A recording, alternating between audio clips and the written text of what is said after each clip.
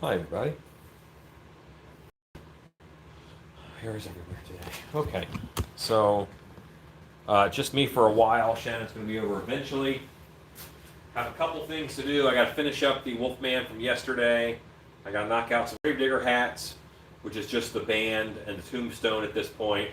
And I have to mold the skull here. I'll probably only get half of his mold done today. We'll see. But there we go.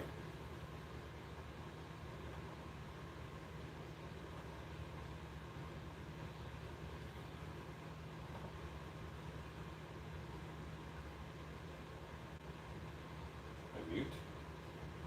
He's muted. Hello, Stacy and Ella and Michelle and Lisa and Mary. It's ladies' night all of a sudden. Oh, Line Cook Thor is here, and now Hugo is here. There we go. Chad and Glenn and Patrick and Robert. Hi, everybody.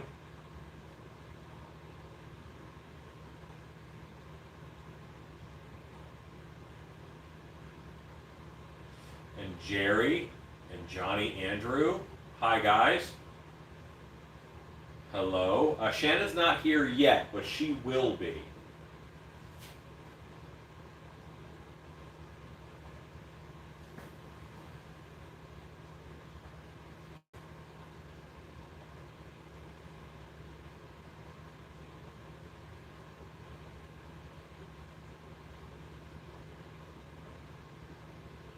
Huh. Sometimes I can't make my pop-out chat bigger, and sometimes I can. That's all. Okay, so there we go. I think I'm doing it right. Hello, Scott. Brandon, good evening. Good evening. Good evening. So over here, you can see it's Gravedigger Top Hat City. Over here, you can see a 3/4 finished Wolfman, and that's what we're going to work on today. First, got to close this door. So I'm going to turn the air conditioner on because I am not a savage.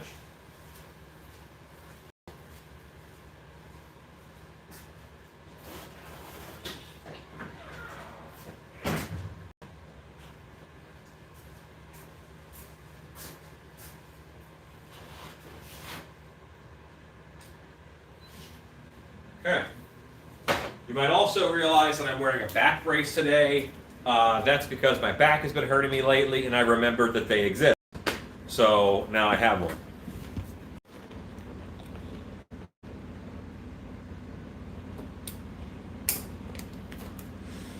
Good.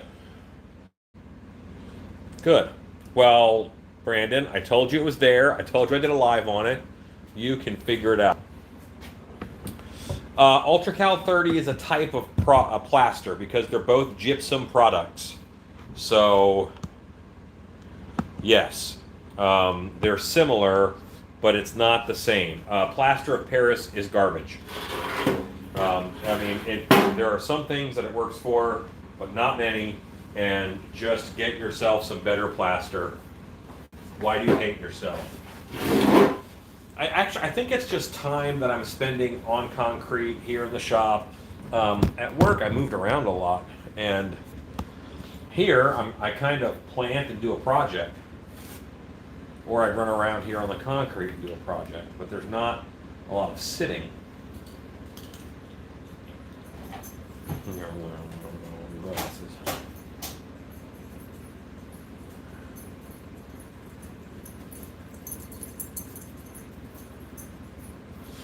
Okay, just poured a small mold with the brand new brand of silicone rubber. It's full of bubbles. I've been vibrating it, but there's still bubbles.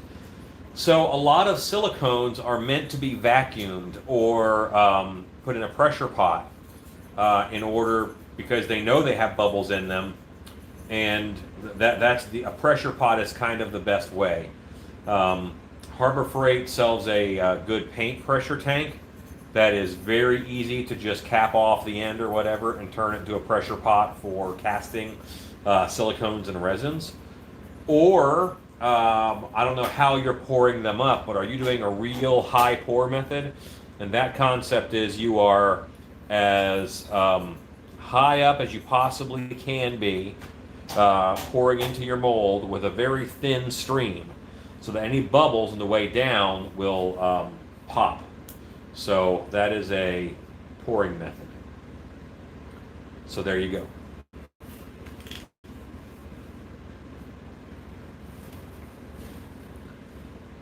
And I feel like this side is done. I need more up here, and I need over here. A little bit over here. But I feel pretty good about it.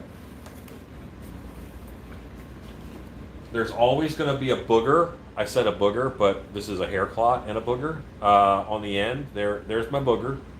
And the booger is what dries and keeps the rest of it soft. Just look at your silicone and make sure you're not putting a lump down on here that is ungood.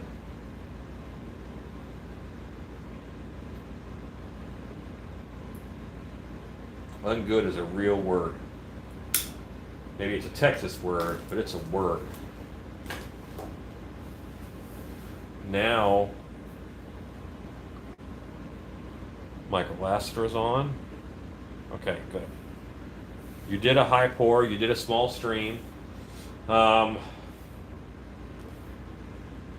What's the brand of silicone? Like, what kind is it?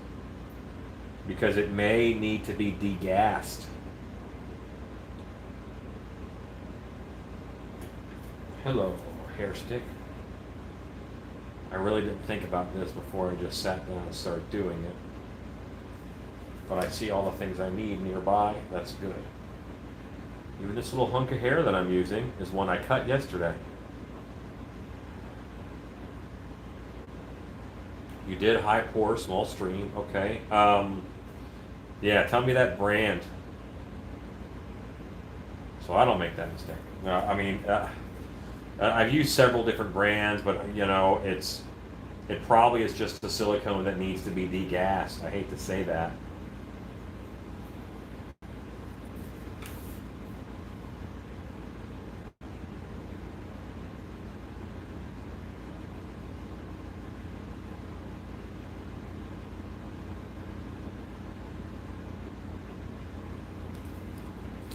Hola, Gregory Haynes.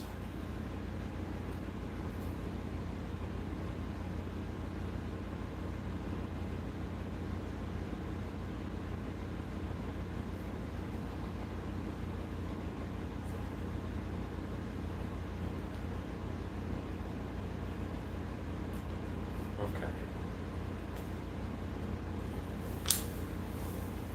All right. Once again, I take a hank of hair. Hello, Sandro Almeida? Almeida? Almeida? One of those is possibly correct. No guarantee, but it's possible. Oh, thank you, Hugo. Thank you.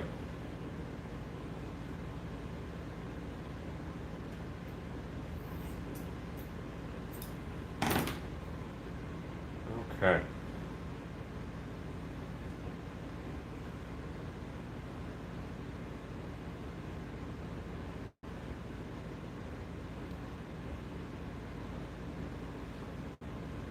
Good morning, Jesse Papa Bear.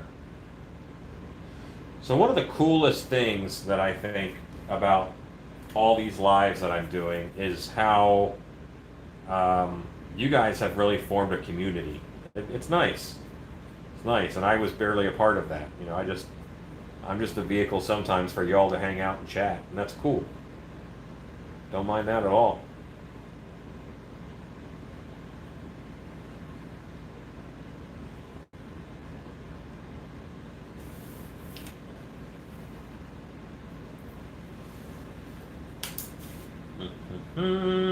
Oh, happy Mother's Day, everybody. Ross, Shannon's not on yet, but she will be.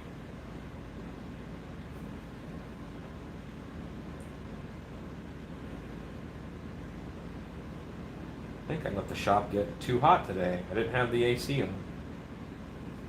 I did my I worked in the morning in here, and then I did running around in the afternoon. I had to run to Home Depot, which was a fiasco. I don't go out every day by any means, but boy, there was a lot of people there.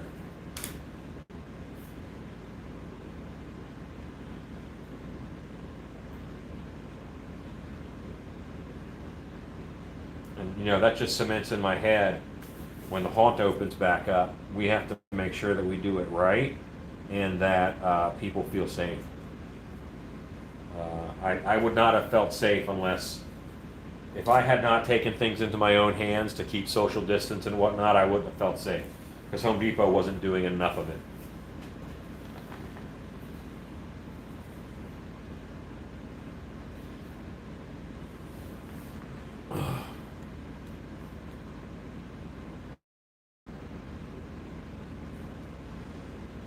Christine, how thick is that silicone? Because you can thin silicone with naphtha. Almost all silicone you can thin with naphtha to get you a little thinner, which means the bubbles come out a little easier.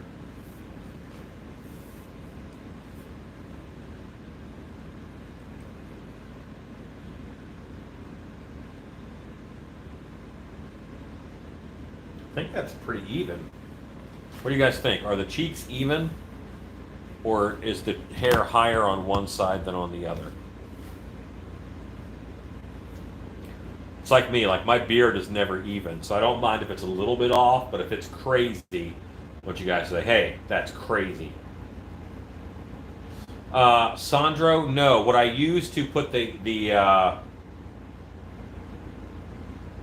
put the mask on fabric, I used contact cement, like a rubber cement, but it's contact cement. That's what I used. Well, I'm this guy. You can just talk to me, Rogue Dog. Who's this guy making the mask for? Well, this is for a customer. Somebody bought it. I don't know who, but my wife does, because that's, you know, she does that stuff. I'm just making it cool. So there you go. It's all good. I understand a lot of people who do YouTube don't look at their comments or don't read or respond to their comments. That drives me nuts. I do. How do you get a latex mask to snug up around the eye area? Well, normally you foam it. And a lot of times it's not comfortable, so you can take something like upholstery foam and just put a strip of foam along the brow, and if you need to, along the cheeks.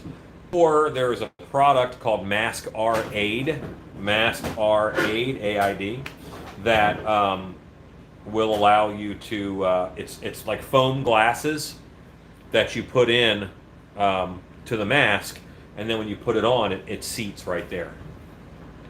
Okay, so I'm going to move on then and keep doing the forehead.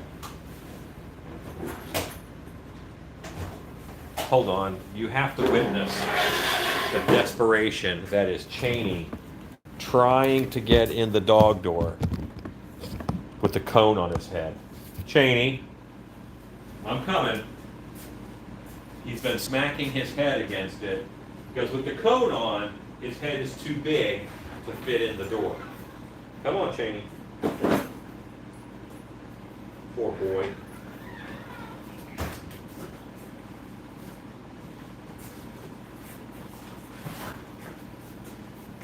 Okay, that was. Now, Bella, for the record, when she had the same size cone on her head recently, she just plowed through everything. Cheney, a little more civilized. Hello, Hot Rod Bear. We have more dogs than normal this evening. We picked up a rogue dog, and we have almost our full bear contingent is in with Hot Rod Bear also joining us. So there you go. Yeah, but anyway.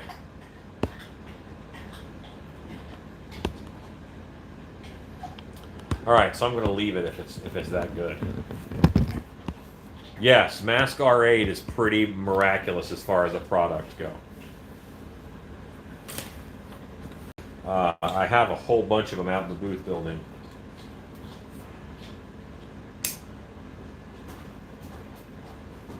See, now this tip is cut smaller, so I'm just not putting out as much silicone when I do this.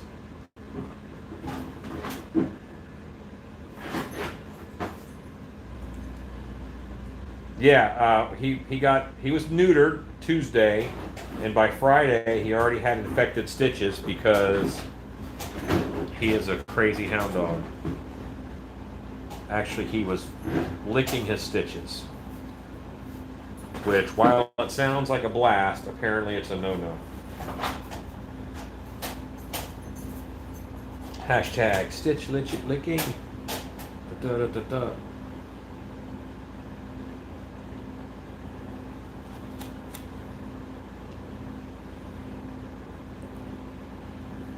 Thanks. I'm glad that you like the hair on top of the ears.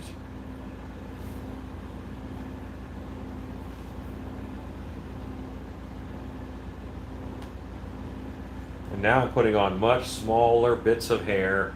Now this is not the last bit of hair for the forehead.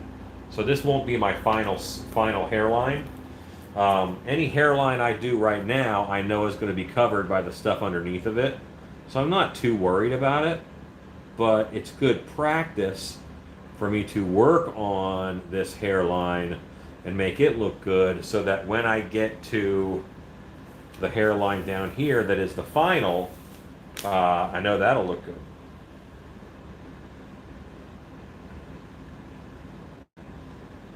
I don't know if you guys can see that. See that one long hair? That's what my eyebrows do. Like, my eyebrows just growing along fine, no problem, and then boom, one like weird gray hair that's 3 times as long as the others. Yeah. Thanks, whatever heritage causes that to happen.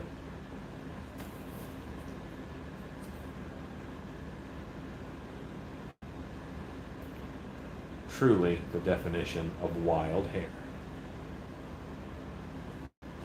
Yes, it is Cheney's turn in the cone of shame. And he is not handling it near as gracefully as Bella. Bella just like, she powered through everything. And Cheney, he'll get caught on something and stop. And he'll just stop pitifully until you go help him.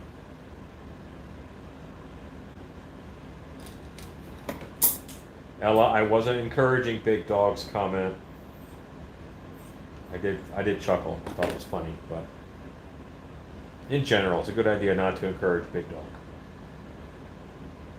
At anything, really. Like sporting events, anything.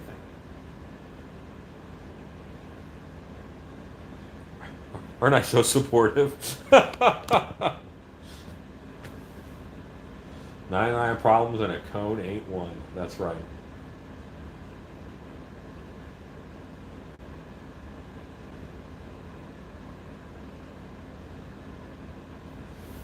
Okay.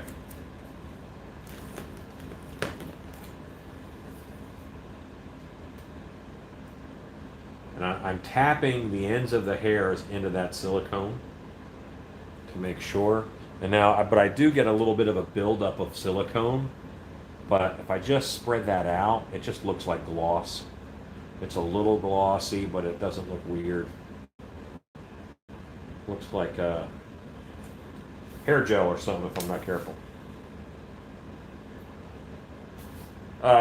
Rogue Dog, it takes about 16 hours to make a whole mask. About 16 hours from start to finish.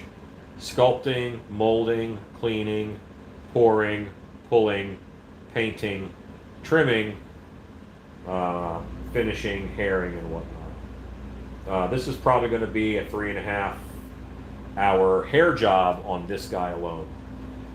But granted, this is a lot of hair, and I'm making sure it looks really nice. I'm not just winging it.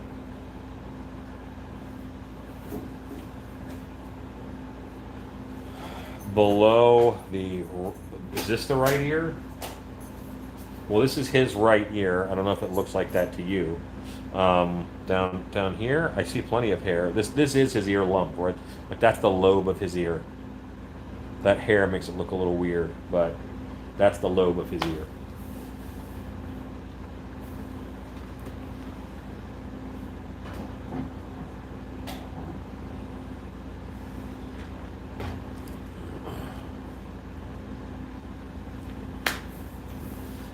Oh, Christine, that'll be a funny story a little later on.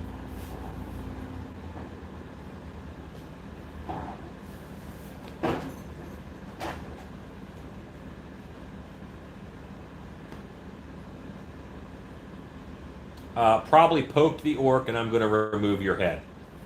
Yeah, that's where I want it.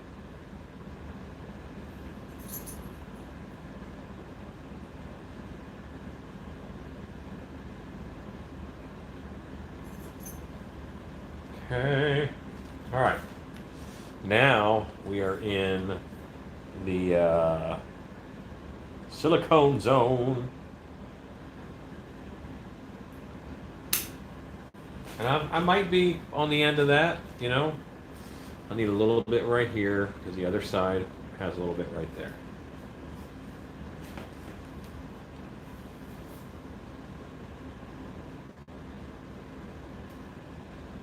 It's okay to love the live feeds, just don't love the live feeds.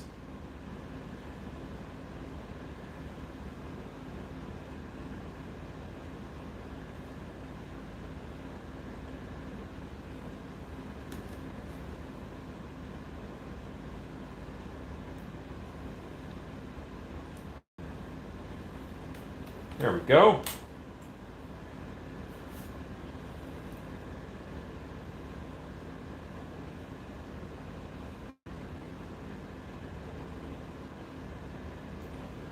So if you think this is tedious, wait till you see how I'm going to do the polar bear's hair on his face. Because my plan for that is way worse than this.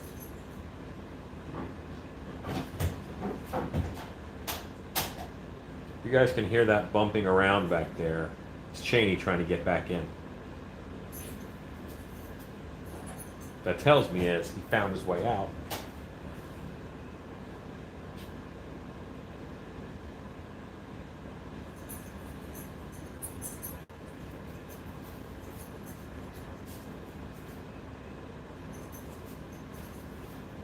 Robert, you don't have to apologize for observing something. No worries. If I had miscalculated and not put enough hair there, I would have been happy you let me know. So don't even sweat it.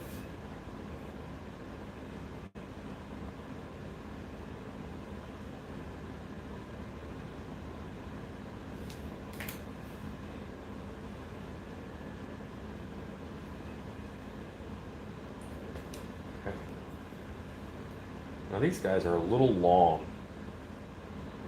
I'm just going to cut about a 1/4 inch off of that.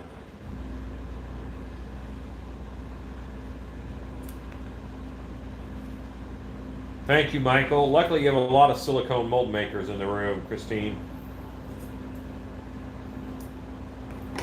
Sometimes I'm a little bound up with my work that I can't always stop and help folks.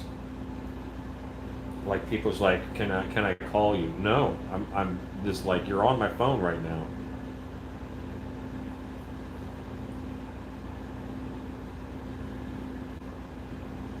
Okay.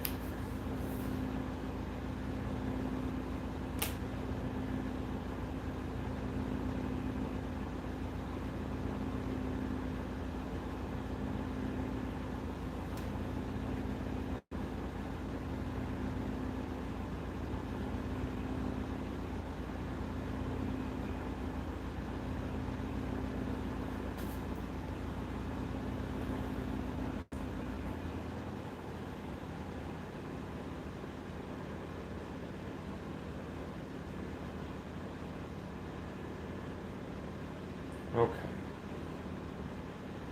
So now I go back with my sheet. Tap, tap, tap. Tap, tap, tap. Tap your wolf hair, tap your wolf hair.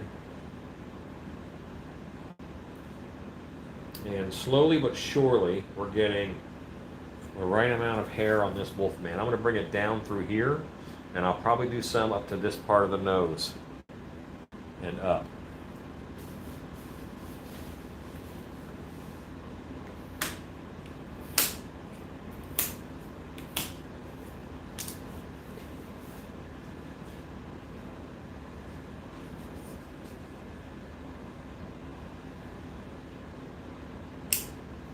Christine, you may not be able to put up a link. Your link might fail. So I think only moderators can put up links.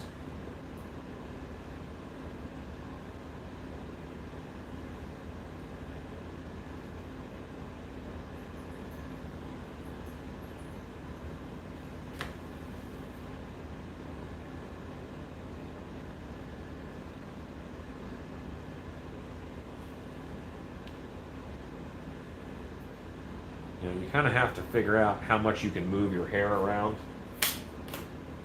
because there's a certain amount of don't futz with it, but there's also, you know, the art of sliding it where it needs to go.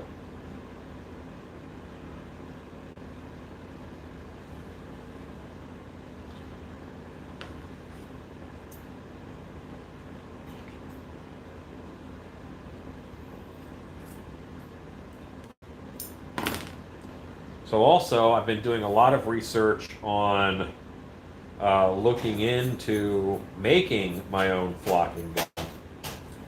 But I think cost-wise, it's going to cost me about the same as a $100 or so flocking gun. So I'll probably just spend the $150 or so and get a decent first flocking gun before I invest in a bigger $500 flocking gun. I can see myself going flocking nuts with it and flocking the flock out of flocking everything.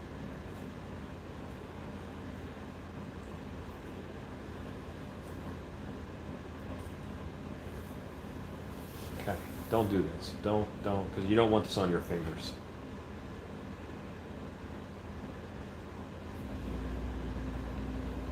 There we go.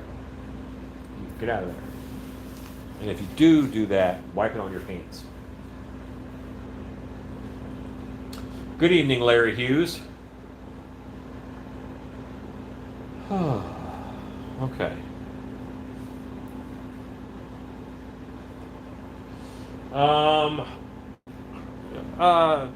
Yes. Polar bears have much smaller noses and smaller nostrils. This is much more of a grizzly bear nose, but I sculpted him more in the grizzly fashion. Polar bear noses are smaller. And all one color, it does look a bit like a pig's nose. But I'm actually, a boar is on my list. So a boar is on my list. I also picked up a mask commission today that I will have to do soon. That won't be part of the quarantine sculpting list that I do on Wednesdays. That'll be a regular sculpting job, so that is going to be during the week. But I probably will do it live because of who I am as a person. And why not? I try not to do stuff that's boring live, you know, like you guys don't want to watch me make my 400th, you know, top hat, right? No, of course you don't. If you do, that's weird. Don't do that.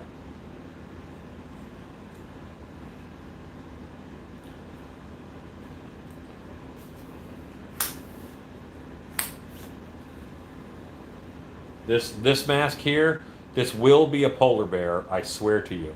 Currently, it's in limbo. Maybe I can, I won't have time to work on it tonight because I want to get some other things done tonight, and I want to start the mold for the skull creature so that I have one of those that I can pull out of the mold on Wednesday and start a new sculpt. Because starting a new sculpt is way more fun than what I'm actually supposed to be doing. That's the truth of the matter. Okay, we have just a little more. That is too funky. Do a little bit here. I too am flocking stoked.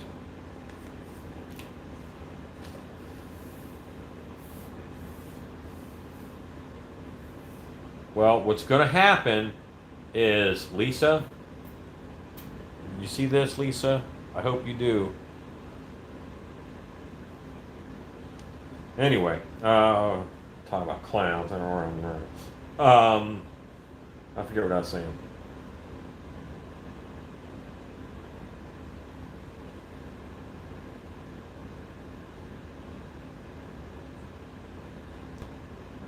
That's very kind, Ezekiel.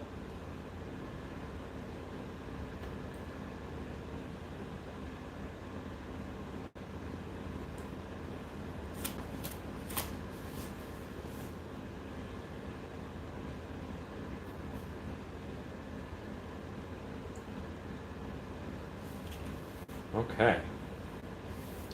I think, ladies and gentlemen, put our last little bit of hair on this guy.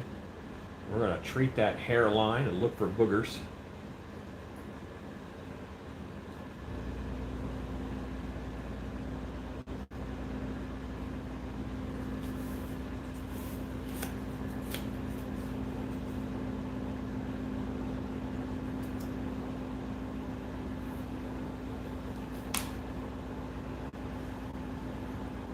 Okay, and I did a little bit shorter up in here this go round. I did longer pieces on that first run. I like that because it gives him a jaw. Okay, so we're going to let that relax a bit. I have just a tiny bit I want to cover up right there. Boom, shalaka-laka. Yes, yeah, completely hide the sculpt with hair. It's a wonderful way to do things.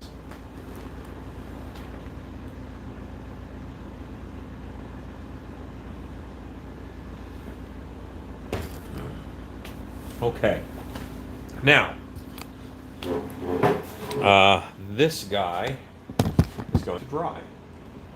Cure, actually.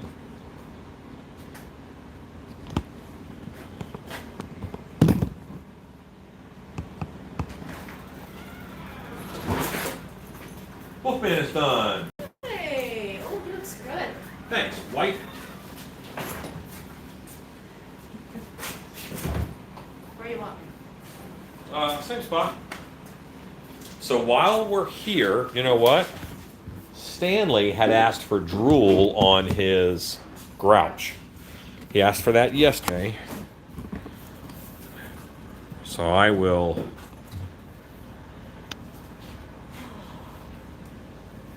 help him.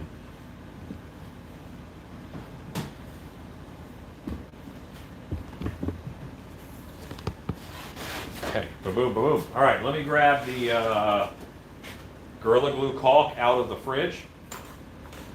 I keep it in the fridge so it's a little thicker, and that way it makes better drool. It's a little too runny at room temp, especially in Texas, when room temp is kind of outside temperature, minus a few degrees.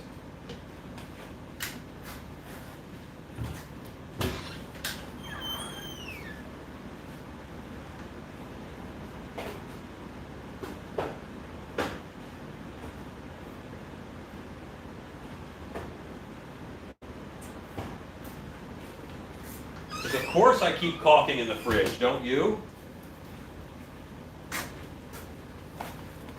And this is a little weird because this has like a screw-on piece. Most of them don't have that. Am I caught up with you? I believe so. Well, the last thing I've got is someone, Michael Lasser is talking to Christine about hitting the silicone. Correct. That's the last that I have. No big dog. And so many folks are saying hello to you. No. Yeah, go nuts like you've been starving all week. Silicone right beside the butter.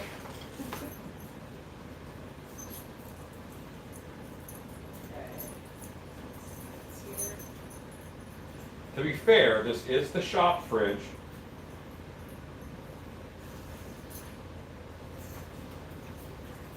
All right, so what I'm doing now is, remember the booger in the end? Well, this stuff gets much harder than most. So it has a very hard booger. And the hard booger will not easily pass through the tip, like a kidney stone. So I'm working on getting out the booger.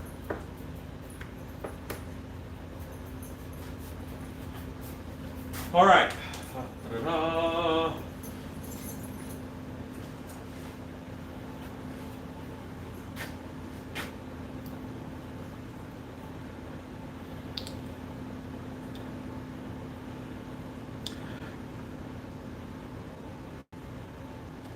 I cannot generate enough pressure that way.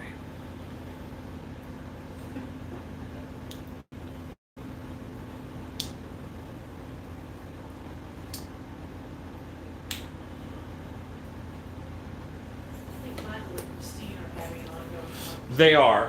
Michael is helping her with some silicone problems that she's been having. Brandon D says, that's how you rupture things. It is. It is. Almost broke my no fart in front of the wife rule. That's your air compressor. Well, I don't want to necessarily shoot it across the room, though I'm not opposed.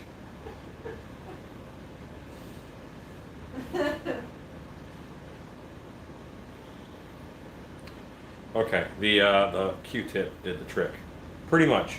Now it's in grabbing distance for me little hook. Big Dog says use the hook rod on the caulking gun. Well, I have to poke it the other way though, as the kicker.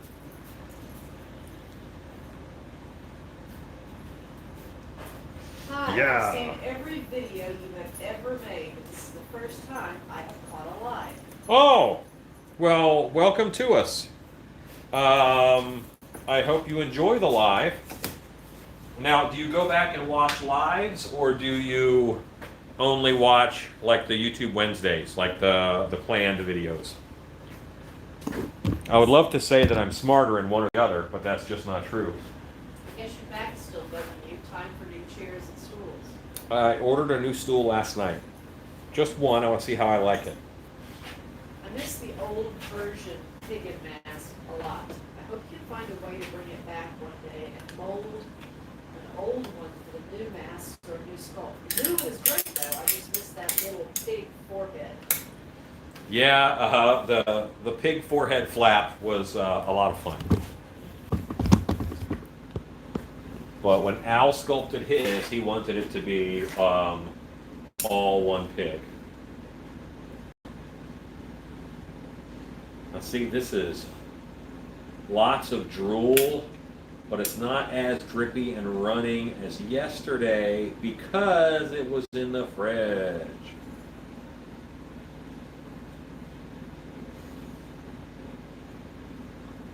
Put enough here where it will drip down. I don't necessarily want it to catch on the fur, but if it does, I mean, it's his drool, right?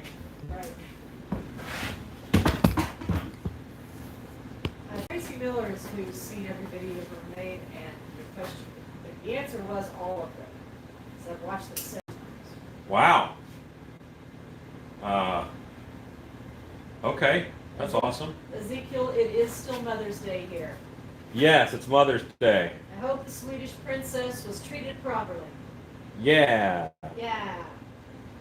Sorry, late party. Wife on the phone. She talked my ears off. What's happening with the skull? We're gonna mold the skull tonight. Like, we're gonna finish this drool on the grouch, like you do, and then we're moving on to the skull molding. Oh, goodness, that was terrible. Isn't this stuff? Mesmerized by that one drip. Isn't that stuff the best drool ever? Gosh, I'm mesmerized. It's still going. Yeah, it's gonna drip off eventually. There it goes.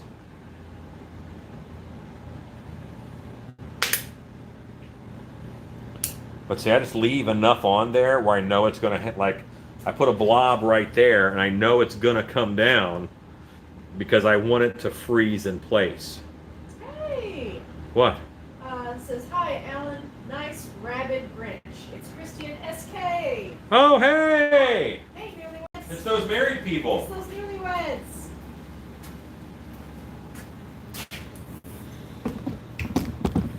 Okay. I love your Halloween mask, Alan. Thank you. Says, we were just arguing about that. I will make it up to her in her birthday and our anniversary, says Ezekiel. Did you not do anything nice for her? Did she have a rough Mother's Day? Okay.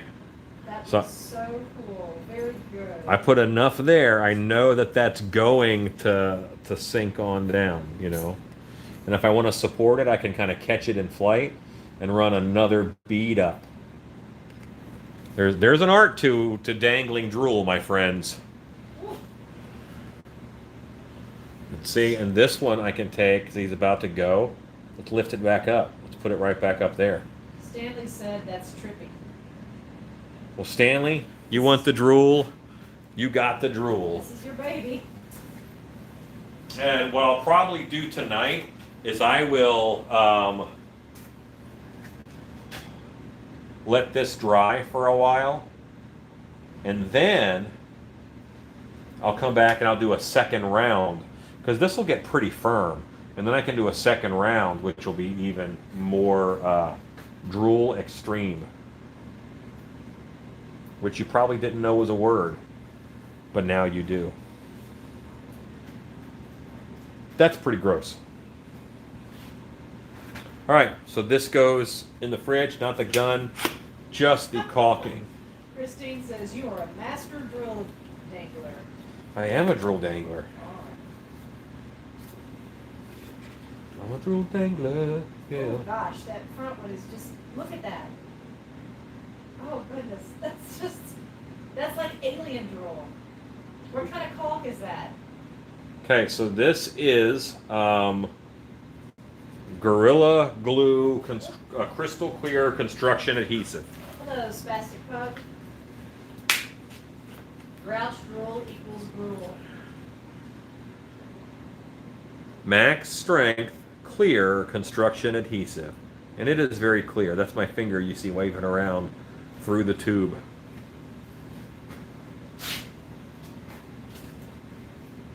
Oh gosh, there it goes. I can't stop looking at that.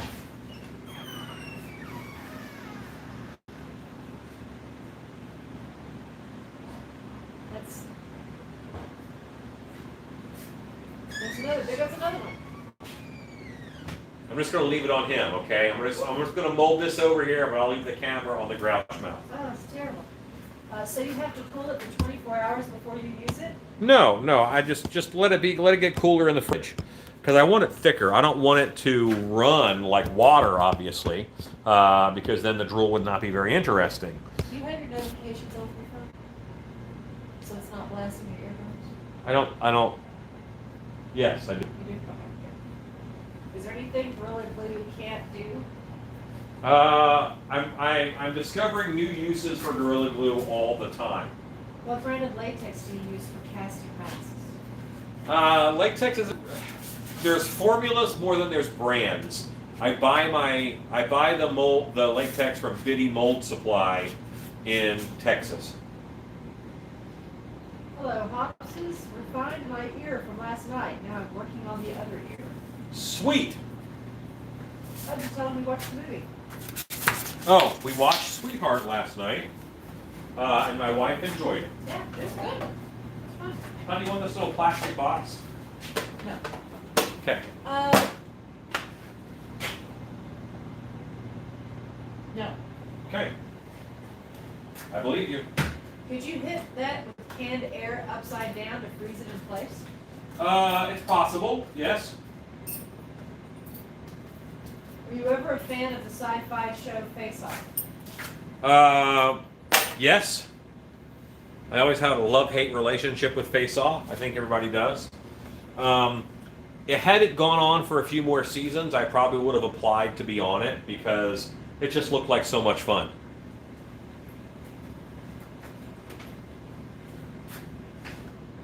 a lot of it isn't what I do, but there's enough of it that is what I do that, you know, it would have been a lot of fun.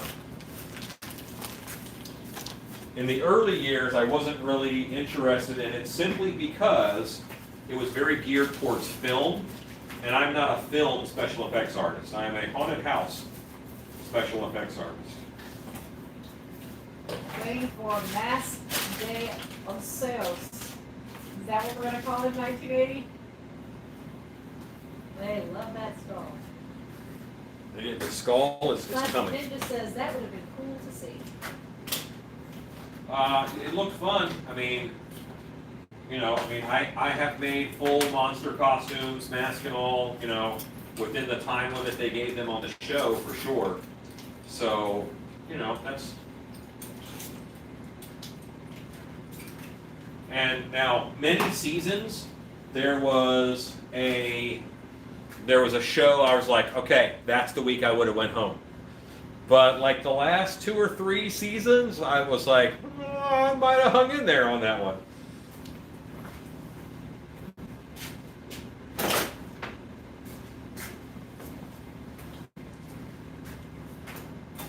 There's always a lot of talent on there.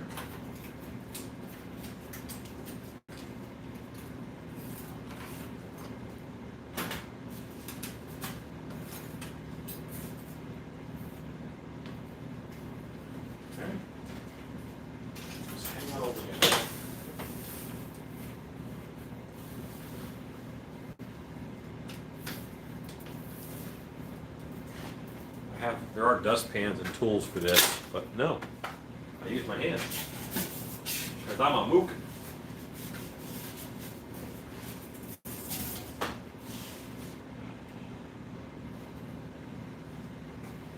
Honey, at some point in time, you have to go up and read Christine Salvati's comment about her experience with her and her boyfriend this evening.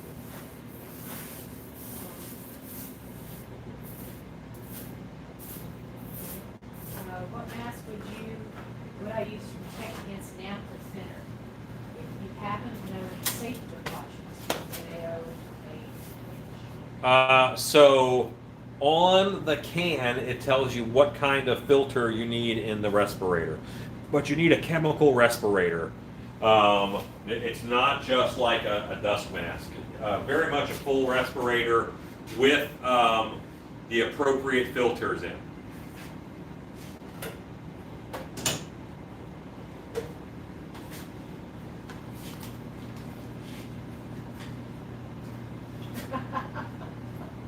What?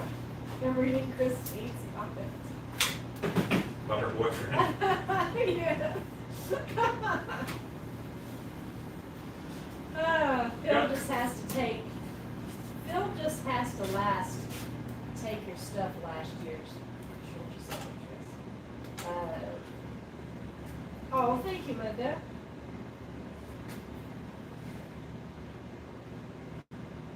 There's a secondary market for movie props, so smart FX creators are putting more into their creations for clout and side cash. You know what though? I don't think that the special effects artist gets it. But like some companies like Stan Winston and Weta, they will negotiate rights for them to sell statues and things of those characters. So that's why if you go to Weta Workshop's website, they have all the little statues of all the characters. So they negotiate those rights afterwards, which, yeah, so there is some of that. But, yeah.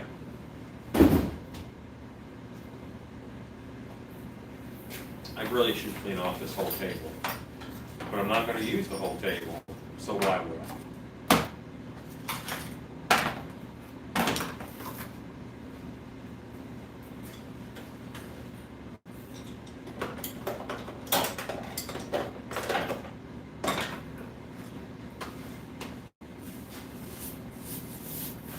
There are some things that I will keep track of the hours on my respirator.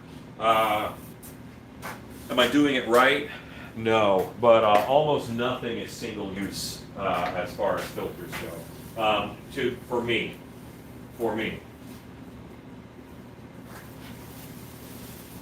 So this is the skull. Ba, ba, ba. Which does not, as of yet, have a name.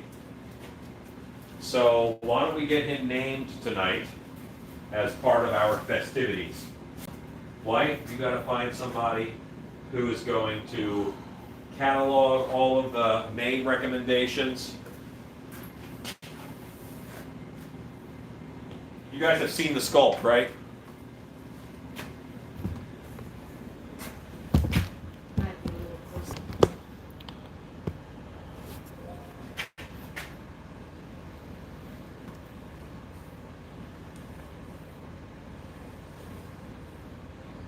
I like its profile. I mean, I'm happy with it. I can't actually wait to do it up, sculpt it up right. Plastic Ninja says his name is Edward. Well, I hope no one votes for that. I'll think of Twilight every time I see him. It's good, it's real, it's spectacular. Then I'll have to do a glitter version. Kristen Stewart will come here and make carp face at me. It'll be terrible. No one wants carp face. It's very sinister straight on. That is the plan. Plastic Ninja says, I didn't think about Twilight, I need to backpedal. Have to sculpt another one, name it Jacob. It just wouldn't work out. Okay, so there's plaster showing down here. I'm just going to make it not be plaster.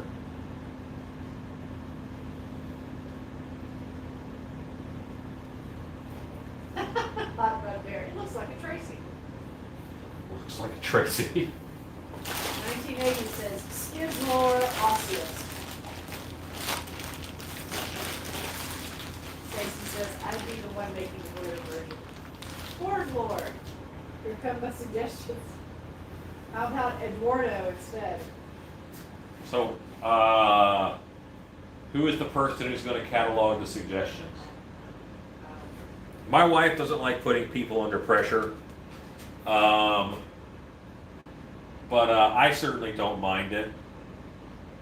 So, You take it, it's your show. Hugo.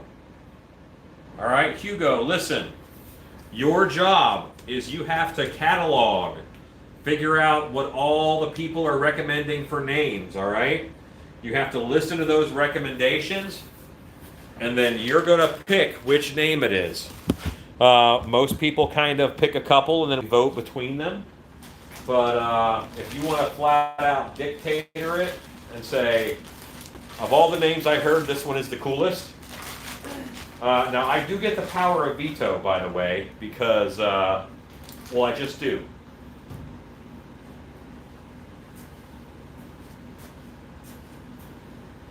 Scullidile, it looks a little bit like a crocodile. Scullion, Scully Bone Skullface. Because if you guys wanted to name it something like Willie, I would say, well, that's not going to happen. Ivory Serpent. Ooh. Hold me closer, ivory serpent. Sorry, just happened. What state is your shop based in? Ohio? Texas. Texas. Can't you tell by my southern twang? My wife laughed at me.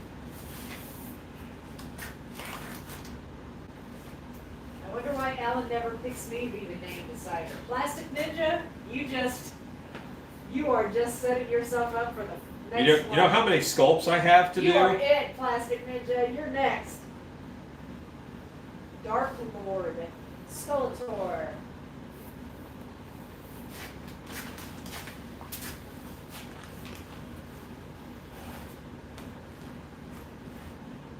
Still think it would be cool to have a lore line, masks with stories, skull lore. You know what? For a long time, I was like against doing that. I didn't even want to name them because I didn't want the owners and actors to feel beholden to the stories that I put with my mask. You know, I wanted them to be able to take this generic character and then adapt it to their show. That was my original thinking. Classic Ninja says, that sounds like a good way to end up with a wolfman named Jigra to me. Yeah, exactly. Creature 2020, Coranium, Bone Gnasher, Baron von Bone. Baron von what? Pyrosoma, the horned toad. A horned toad. All the skull names. I live with a skull type. Every name every day is Liam Scully. Humorous mask. What about Boulder from the X-Files? It's a Scully. Karen, because it looks like it wants to talk to the manager. Skeleton. That's how my kid used to say skeleton when he was little. Lord Osiris. Looks like a Karen to me. It doesn't have that haircut though, the asymmetrical bob. It doesn't have an asymmetrical bob. I mean, now one version could, in the future, have an asymmetrical bob, but no. Alan's hearing a lot of veto names for sure. Yeah, we're not going to name it Karen. That's just not happening. Skulkin. Skull hops.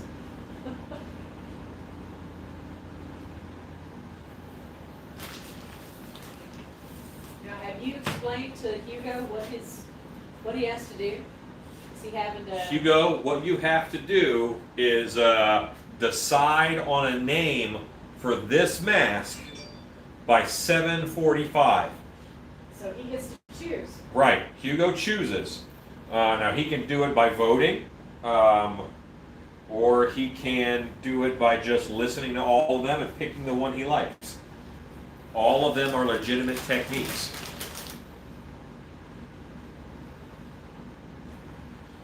But Hugo is going to name this as I retain veto power. Yaraskolda, kind of like Bob. Rag Martha, the Wicked. You are great. Bone Ripper. Karen. Are you vetoing Karen? I'm vetoing Karen. We will not be naming it Karen. Baron Osiris. Osseous.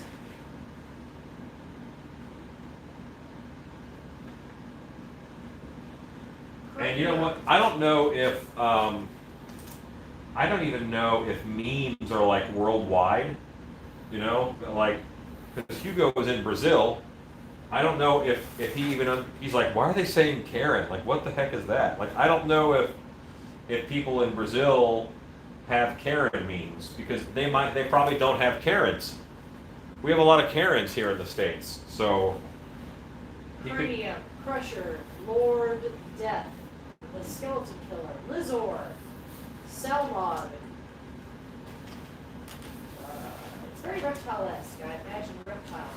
Kilgore, the Eviscerator, Raw, Monster of America, Stargon. Hold me close, a tiny scar. It says we have Karen in Australia, it probably started here.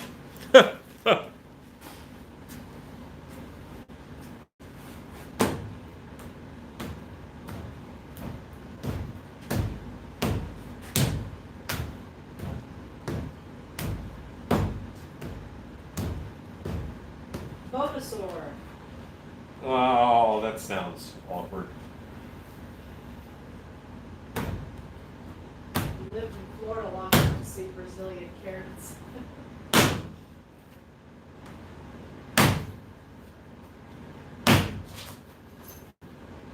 It's okay, guys.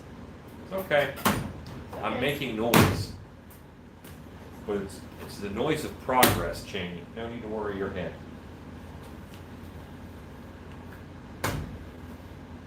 Face, Bulbasaur, Corn Goddess Hathor, Joe. Hello, Vic Springston. We are voting. We're sending out suggestions to name the mask. Yeah, we're naming this mask here, the skull mask we worked on the other day.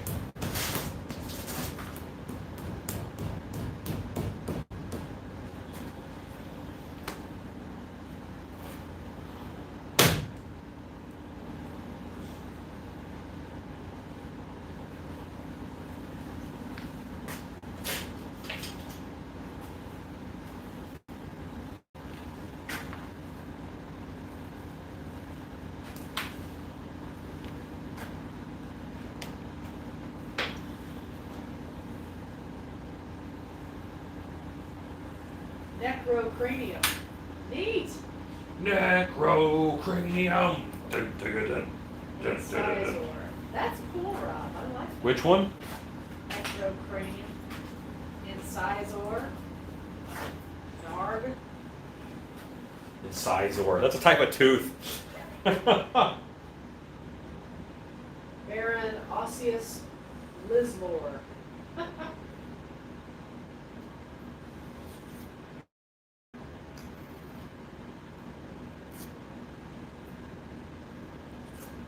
So again, I'm going to do what I've been trying to do lately and make the thinnest mold, thinnest structurally sound mold I can.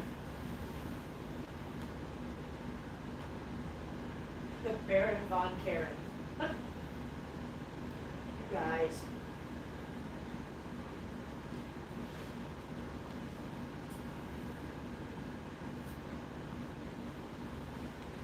I know of a Von Karen Oh, Productions.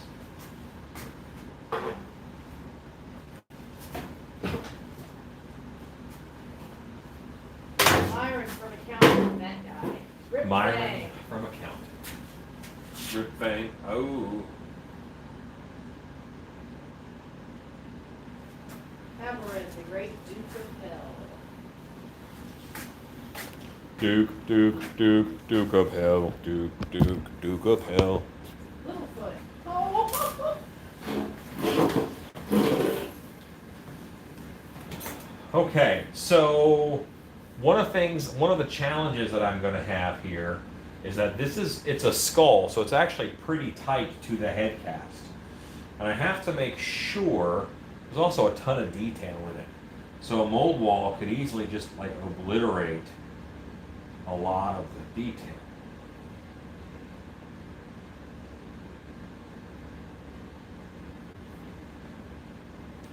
It would be safest to mold this straight down the middle this way and pull these two apart this direction. Most of the time, you will mold a mask this way to avoid having that seam line down the center. And I think I'm still going to mold it that way. Swamp Dragon. Overbite. Skeleton Hunter who hunts for victims. Duke Harry von Hausen. I got it, Brandon. Helen. The teeth you used on that mask are pumpkin teeth? Yes. Necroser. Hugo wants to know what you think about Necroser. And spell it for me.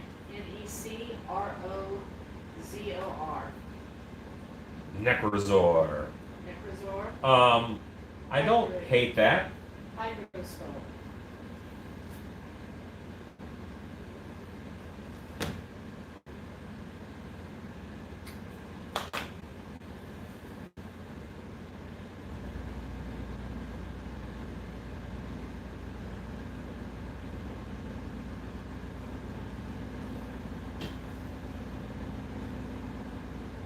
Dracholizor.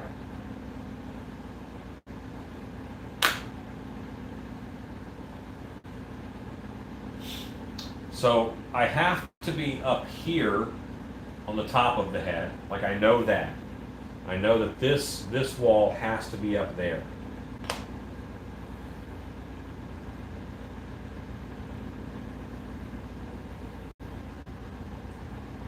And just the nature of all this detail, it's going to be a bummer.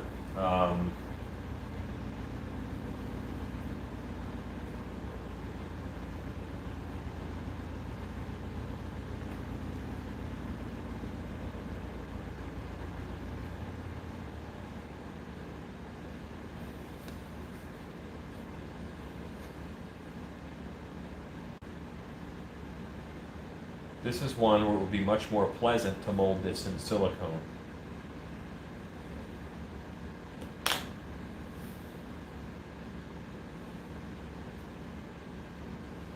Night Prowler.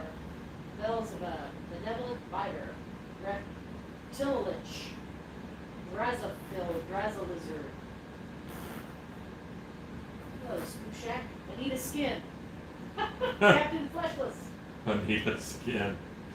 Nightcrawler, Reptilianator, Captain Fleshless. It looks like a reptilian of the Brazilian Amazonian forests. I just like that crow. What the heck is the backstory of this creature? I really thought it would look cool. Cheney. Cheney boy. Cheney.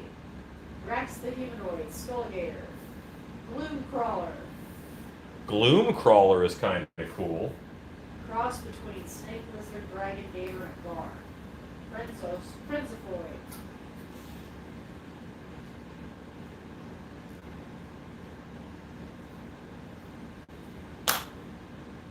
Now this is going to be a difficult mold, just so you guys know, because of how tight it is to the head cast.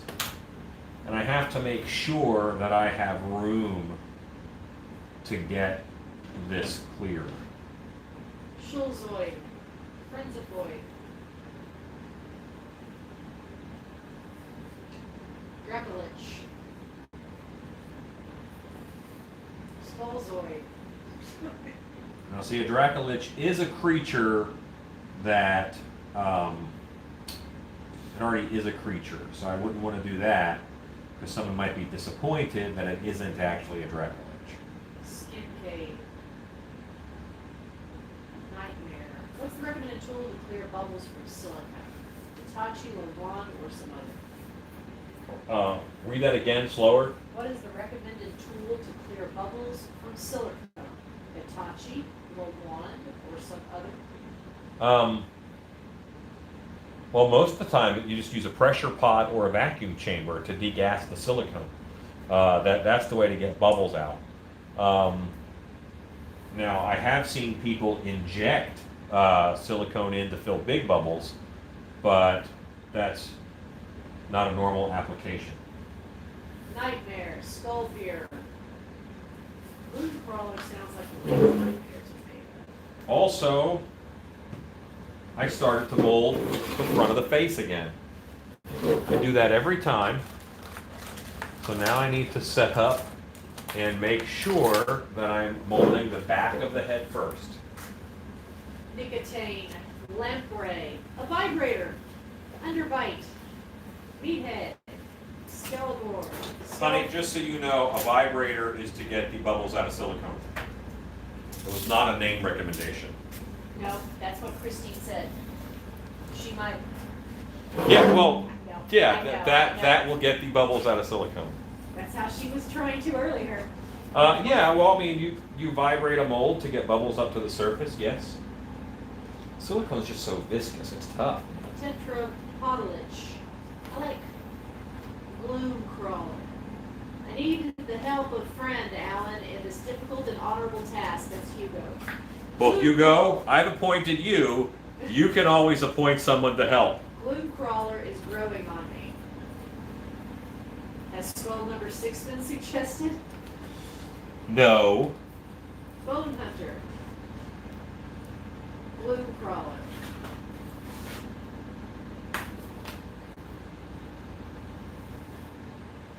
That didn't work at all. Bone Herder. Scruffy bone herder. I like Gloom Crawler. It's working. Who said that? Ezekiel. Piranha Skull. Mamba Nightmare.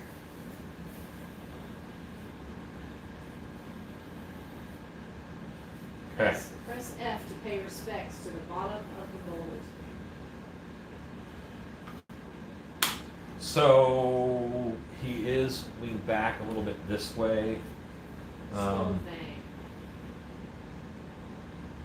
Rejected Colgate mascot. I think if Alan sings the theme song to this character, it says a lot.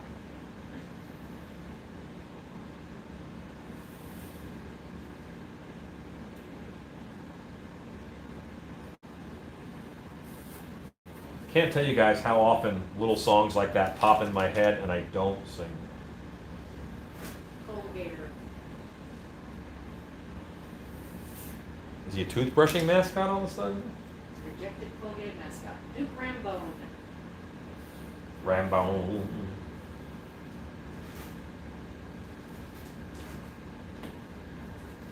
Toothy Tom.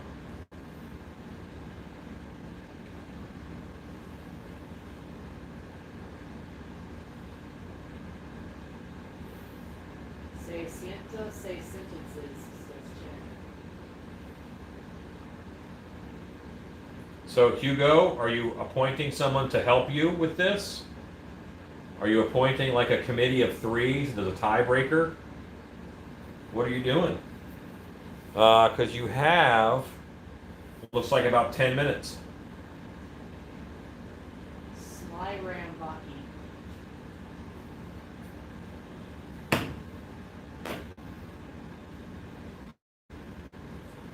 Didn't spell correctly. Spanish for 666.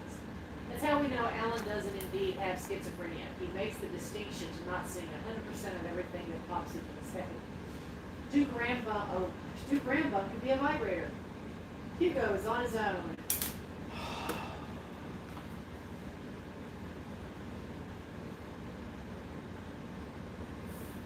Does someone out there want to lend Hugo a hand?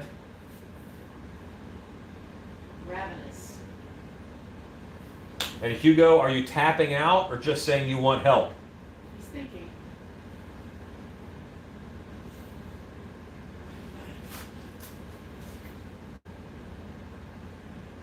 Crocolich.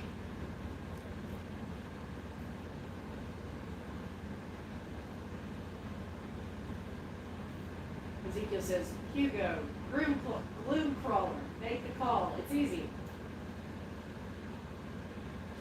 He still has 10 minutes. Another for gloom crawler. I do think Bloom Crawler's a good name. Who thought of that one?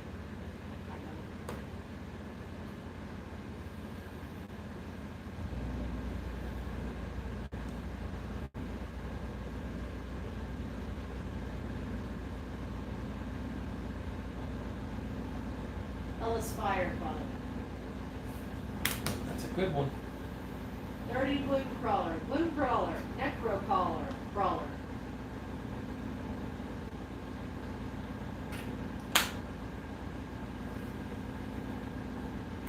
And could someone also Google these names to make sure there's not another mask named that already? There was a Is Necrozor accepted? I don't mind it. Necrozor. Sounds like a He-Man villain. I got a cool new name. Carnivore. Thank you, Spastic Bug. You should name it Hugo.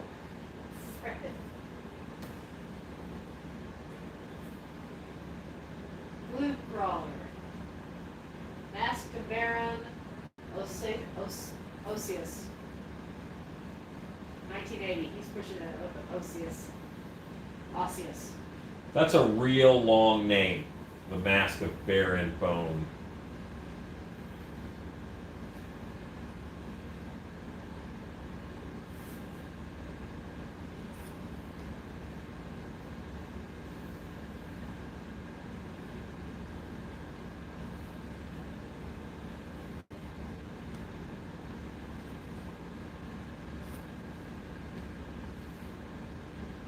Shriek Tooth.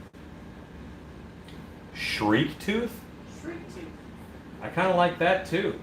Spastic Bug. There's a pretty detailed character called Gloom Crawler. Ezekiel Ridges, what kind of character?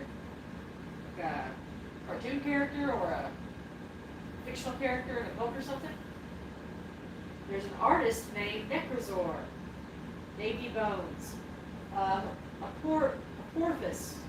Egyptian great serpent, enemy of sun god Ra. Hugo would be very egocentric, said Hugo. The giant squid-like beast has 30 to 40 tentacles, each about 30 feet long. At the end of each tentacle stares a small, round, lidless eye with a stark blue pupil. Who is that? Ezekiel is reading this. Oh, Doomcrawler. Is that Blue Crawler, Ezekiel? Ezekiel.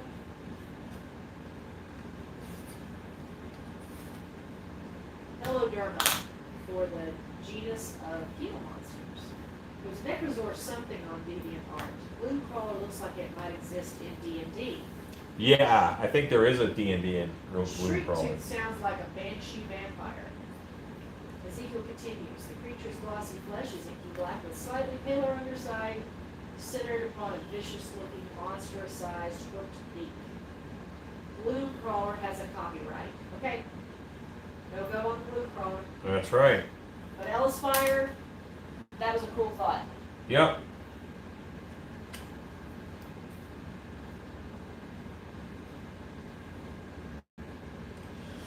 Gloom Crawler is probably also the name of a Norwegian metal band. Ellis Fire said, dang it. 1980 is still pushing his Baron, Mask of Baron Osseous. Tequila Hermit. Tequila Human. Tequila Human. Tequila Human Bird? Turkana Lich.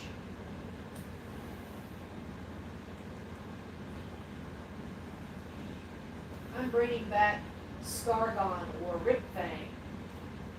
Rip Fang, Shriek Tooth I liked. I have a hard time remembering Hugo's something Azor. Necrosaur? Was that it? Necrosaur? That sounds like a He-Man villain, so I don't necessarily mind that at all either. Liz Lore. Bloom Snipe is up as is Bloom Stalker.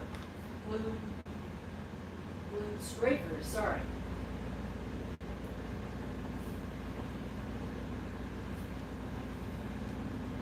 Skullfit 19. Beelzebub is another term for the devil. It is, but it's like the devil.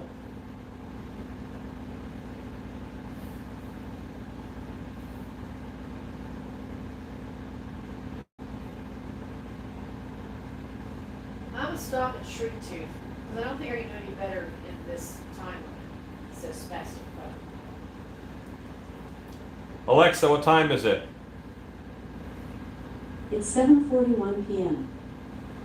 You have 4 minutes, Hugo. 4 minutes.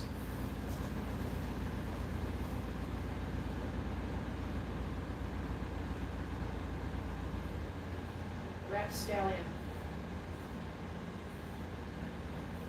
I'm not going to suggest a name since they tend to be ridiculous. My dog is named from The Simpsons. You got this, Hugo. Terror Teeth. Sylvester Rambo Rocky. Sly Rambaki. No pressure, Hugo. Toothazor.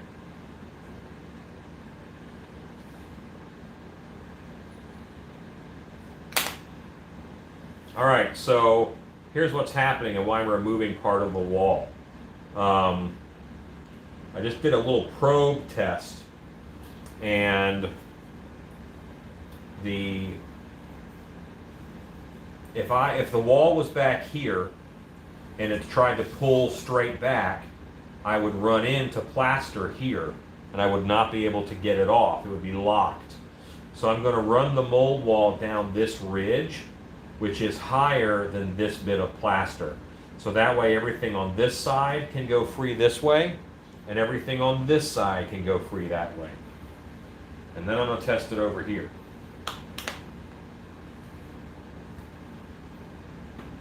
Haven't heard one yet that really sticks. Shriek Tooth is cool. Vengeance. Croc. 4 minutes. Crocodile. Reptile plus Brazil. Did anyone say Toothraker? No. Sheena is a tooth raker. Sheena Flesh is... Feaster.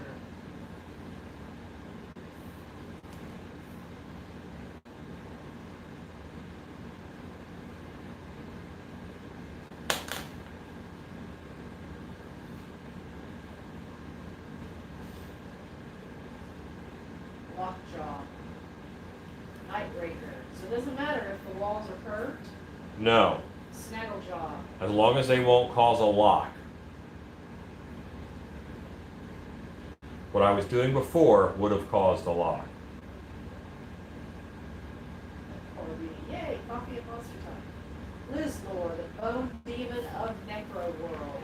Hello, Hargitty. We are naming the mask, Hargitty. And you have 2 minutes to get your suggestion in. At 7:45, Hugo must choose. That's right, Hugo's going to name it. So if you have a suggestion, you got 2 minutes to put it out there. Razor tooth. Bone horror.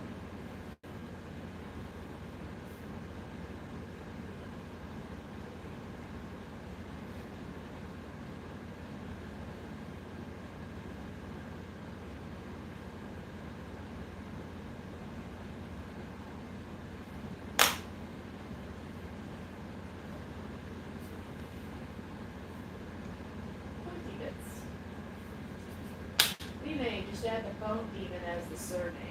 The dentist. COVID.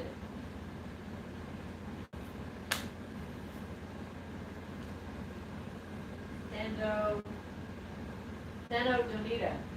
Necrozil.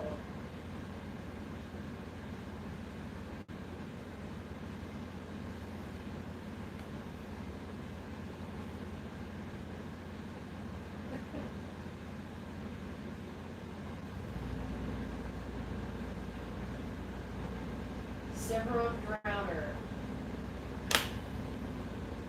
Corondor. Slash Tooth.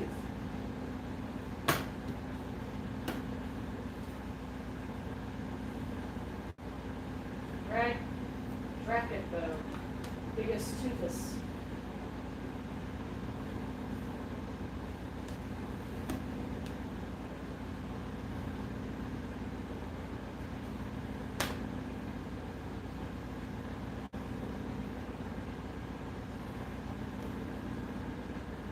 Bony lizard face skull guy. Thanks, Mike. Who was that? Glenn McCain. Good effort, Glenn. Good effort. Good effort. Razor face. Taser face. Razor face. I know, but I was thinking of Taser face. From that movie with those guys. You got a thing? I need a dentist. There was an angry tree.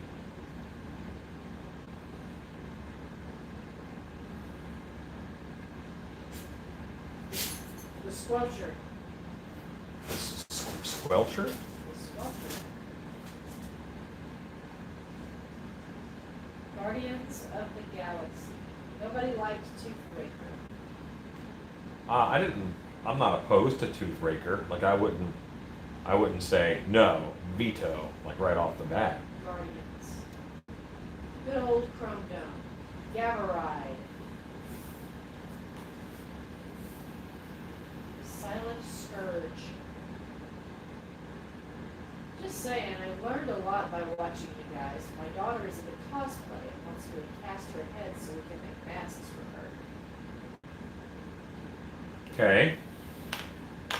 Do it very carefully and make sure that you study well beforehand. That is not something to do very lightly, simply because it's the real deal. You know, you're committing something to stone. I would say do the extra expense and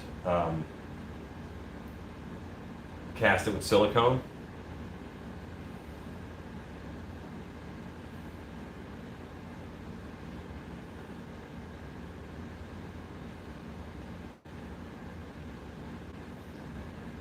Throat Mangler.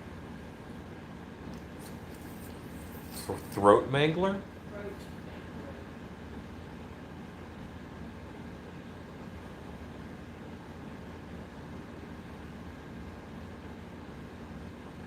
Jugulore. Jugulore.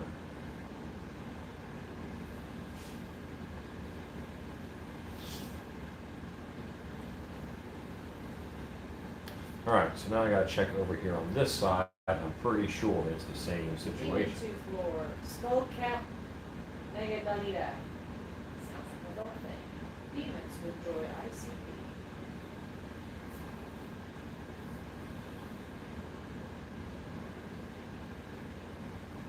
How about Bob? The board says it's time. Bob the Skull is already copyrighted. Wonderful series of books, Dresden Files. Why are you making the wall thick at the bend? I'm changing the bend. Instead of cutting off the wall and putting it on again, I'm just thickening it because I had to bring this out to where the clay was thinnest. I had to bring this out to where the clay was thinnest.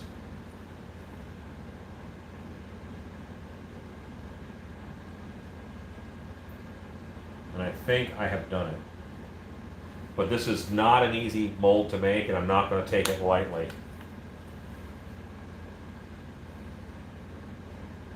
And like, I already know that this mask is going to have some repair work to do, you know, along the seam. That's just, you know, this complicated of an intricate of a mask is going to have that. I really feel like this one can just pull out though.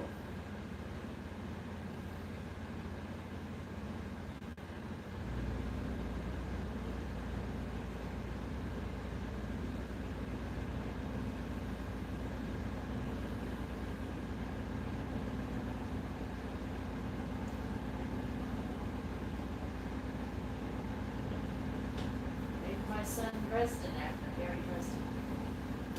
Nice. Gentler looks to be clean. Snaggletooth.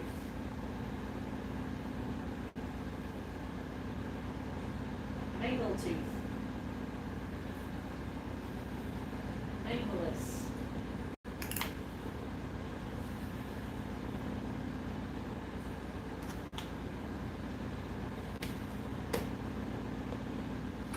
Deathgast. Gassed is always good. That's a good word.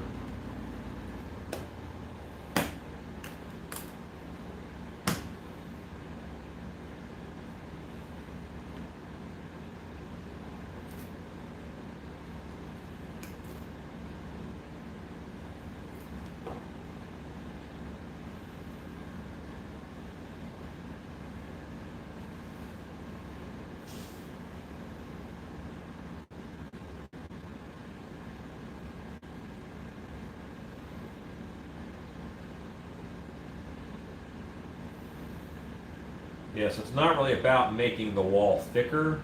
What it's about is putting the wall in the right spot. So now this whole first wall I put up was just for support for these other guys. Pectoron.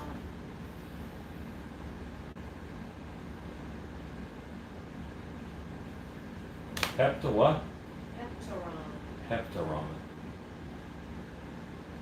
Hugo! I need a name, sir. What is the name of this mask?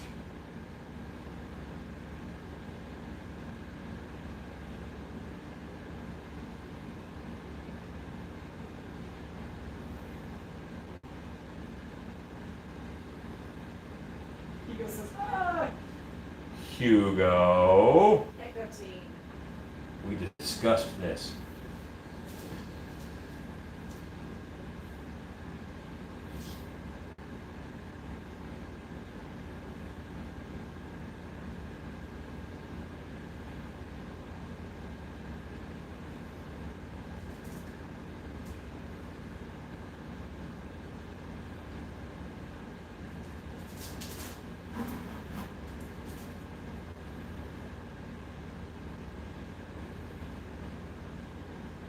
Okay. Snipular splash tooth. Hugo! Hugo, what's happening?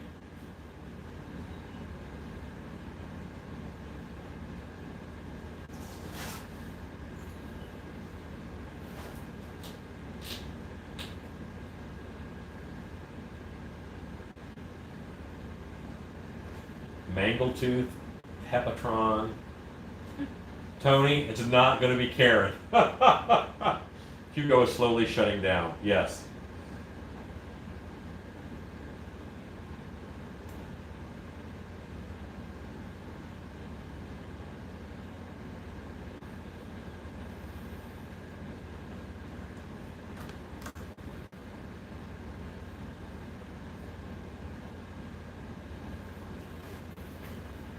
says, I believe I'm without imagination.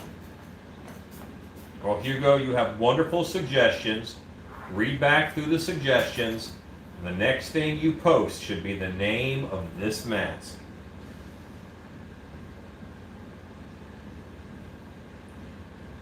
And Hugo, if you would like to tap out and appoint someone else, you can go right ahead and do that.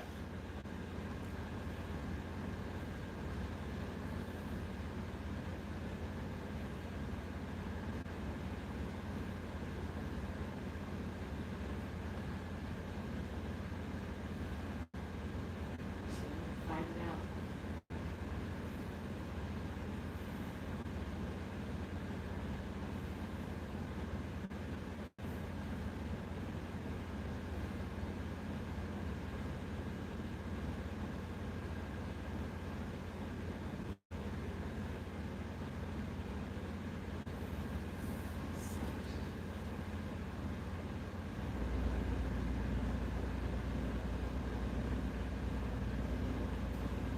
Is Hugo okay? Hugo says, Heptaron, best name. Heptaron. Then this is Heptaron. Okay. Big dog. Hurry before she starts to watch cat videos. Is that it, Hugo? I think he's saying the name is Heptaron. I'm okay with Heptaron. That pushes him a little more lizardy than I was thinking, but that's okay. Poor Hugo. This was hard on him.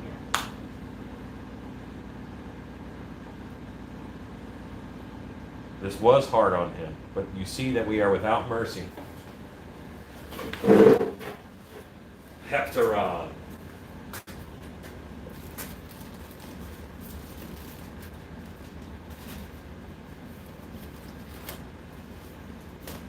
So again, I'm opening up my secret weapon. Bamboo Q-tips.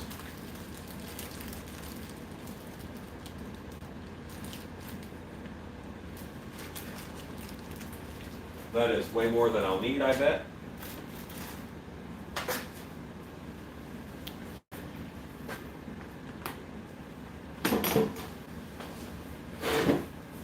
Hugo survived. Yes. Oh, congratulating Hugo. Good job, Hugo.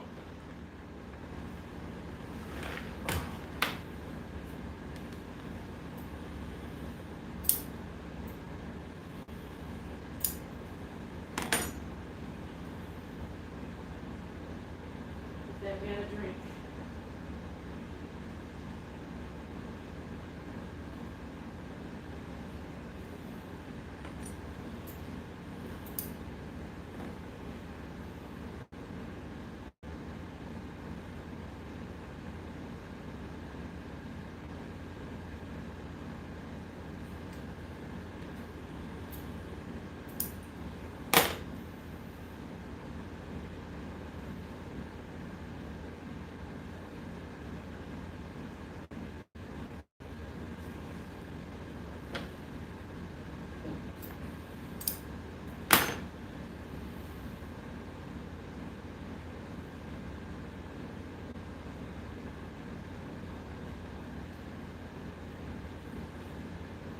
Okay.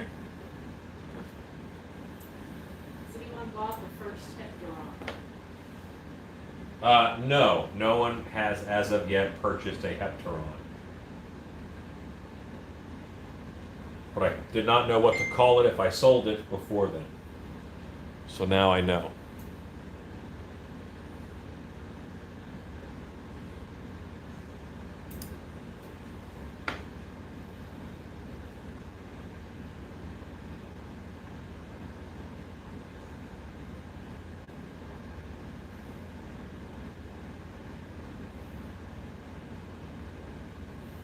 So Heptaron equals 7-sided. So is the call sign 777-7666? Well, I think hep is also related to lizards, and that's where I was thinking it was going from into. It was lizardy.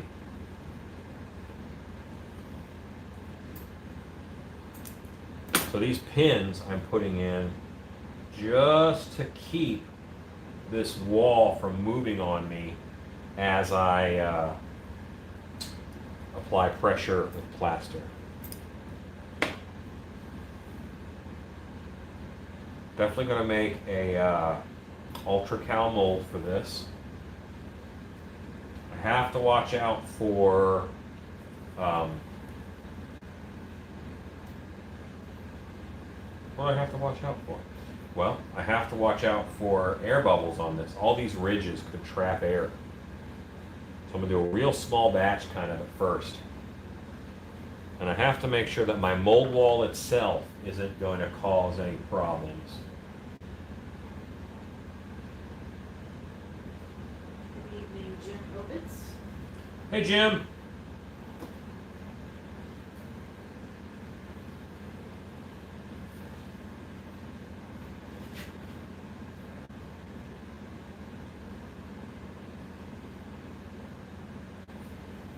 Okay, I think that's where we're at, guys. I think I have my mold wall up. I need to put a couple quick keys in there.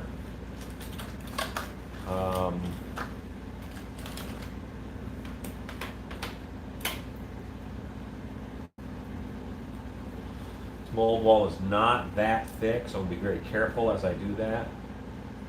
How are you and wifey doing? We're doing great. Not a bad day today. Got some stuff done around the house. You know, it was Sunday here in the States.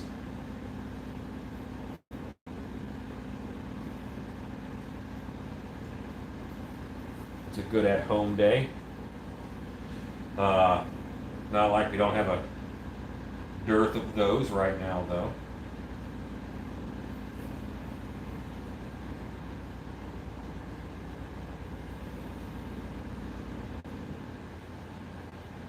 Now, do I need keys on this mold wall? Probably not, simply because it has enough curves in it. It's going to lock together, no problem.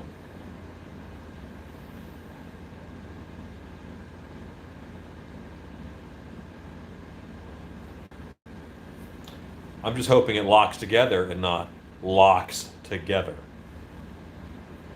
If I end up in trouble and this mold is not separating, I'll be able to get one half off. Normally that's the case. But then I will break up the plaster head to save the mold. Because I have a silicone mold to make more plaster heads. But this will be the only mold for Heptaron. Wahaha. Hold me closer, Heptaron.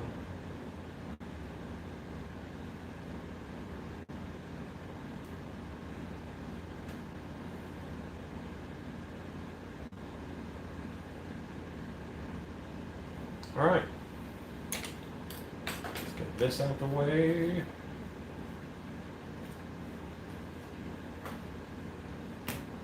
Big news, we finally got a copy lobby. So,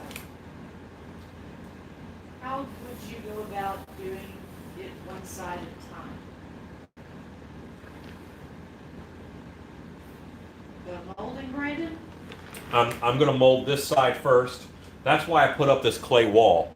I'm going to mold this side first, then I'll take off the clay wall, and then I will use the plaster wall as the other wall, and then I will mold the front half. Good evening, Ellen. I know this has been asked about many times, but what type of clay are you using? This is wed clay. This is a wed clay. It's a water-based clay with some glycerin in it. Will you come here and tell a story while I do a little bit of running around and prep?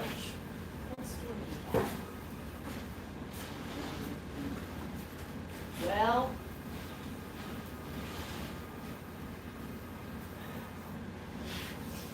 She says, no, you're on your own. what? Wife says, no, you're on your own. Entertain yourselves. It's just, there's so many stories. Try not to do one that has something to do with nudity, but sometimes it's difficult to pick. I think we're going to revisit a classic from the archives, and that is back in the house we used to live in, which is about 45 minutes away from where we live now. We lived in a neighborhood, houses close together, standard neighborhood, and we had a garage door that was electric, and we had a motorized gate that went across the driveway. So a fence all around the property. The gate went across the driveway, and some neighbors moved in across the alley, and they had 3 young children. Who the first thing you notice when new people move in is their kids are out playing on their bikes and what have you. And they very quickly learned the first day they were playing in the alley on their bikes and their little tricycles, because these are small kids, they saw that the gate to our property started to open. And as motorized gates do, they open very slowly. This happened to be a day that Alan was drying severed arms and legs from the trees because it was a really pretty day. So if you can imagine, these kids are playing in the alley. The gate starts to slowly open. It catches their attention. They stop what they're doing to see what's going to be behind the gate. The gate begins to open, and imagine these children, their faces, and their little jaws dropping in horror as they see the severed arms and legs that are bloodied and hanging to dry all around our trees.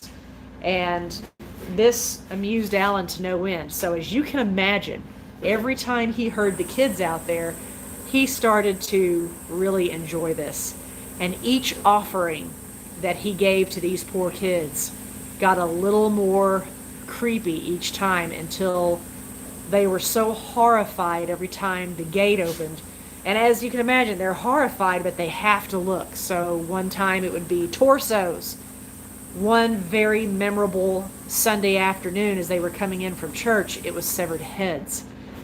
And then one day, and I believe this was the last day, he just opened up the gate and just stood there. And then as the gate closed, he just started smiling at them very slowly. And we never saw the children again. I was holding a skeleton. He was. He was holding a skeleton, and he's just glaring at them in this very wicked smile. The children froze, petrified, and we never saw the kids again, and I think they moved. Yeah. I honestly think that they moved, because we truly never saw those kids again. This is how Alan would clean out the neighborhood. But in this particular case, not knowing the family or the kids, he was simply having fun, terrorizing the babies. And truly, it got pretty gruesome. And this was, these kids were about 4, 5, and 6, would you say? They were small. Probably the oldest was maybe 8. They were small. Yeah. And so this is how Alan, I don't know what happened to these kids, and I don't know what they're going to grow up to be, but I'm pretty sure it's not good. Back to you, Matt.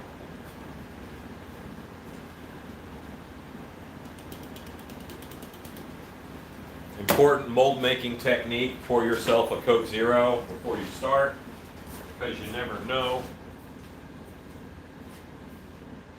I could be in the middle of mold making and realize I don't have one. Stacy, the parents did not visit. Everybody did. They just disappeared. They just disappeared. But the kids were terrified. Yeah, oh yeah, they were mortified. Alan is the king of neighbor control. Could you put a piece of plastic wrap between the two halves of the mold so it doesn't stick together?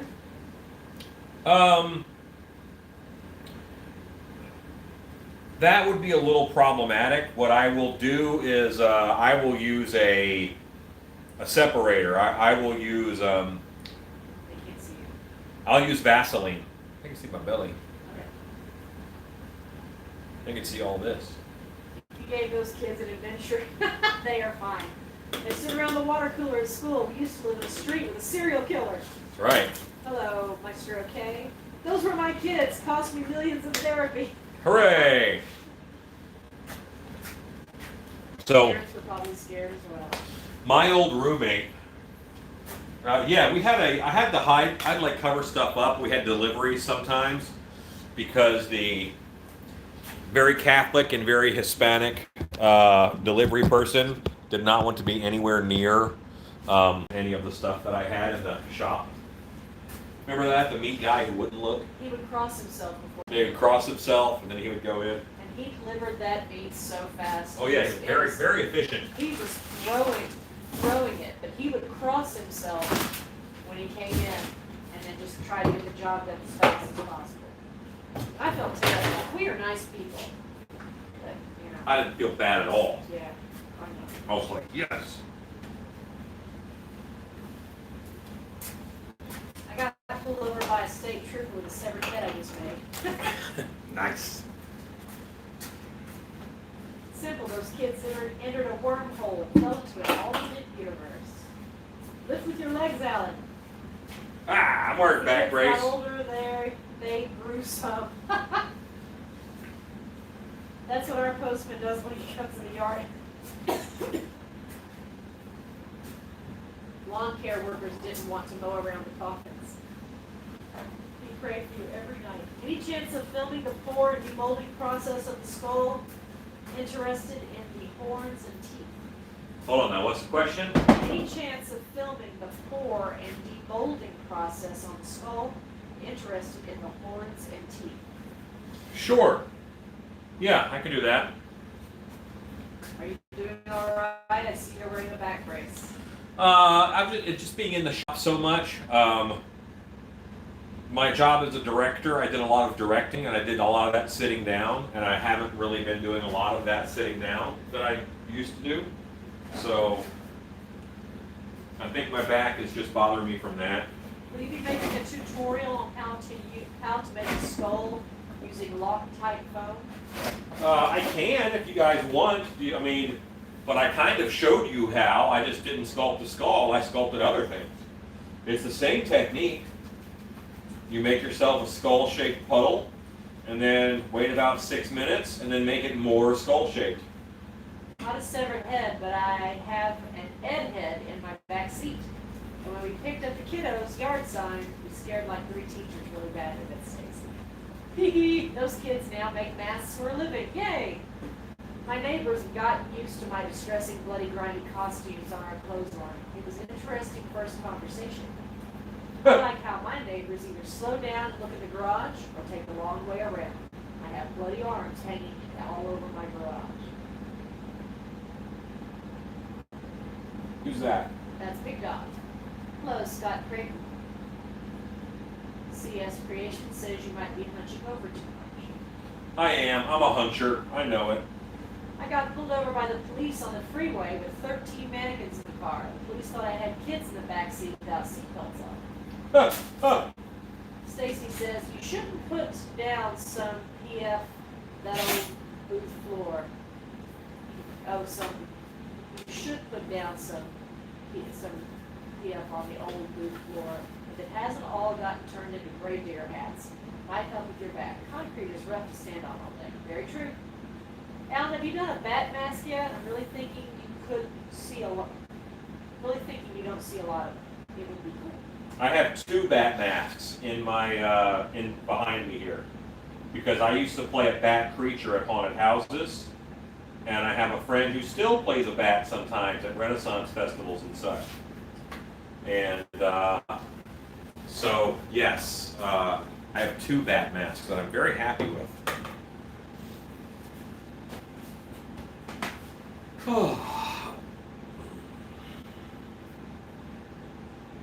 This one's up, like moved my back and only my shoulders moved. So that's a good thing. So now we're at that cracked earth level of plaster.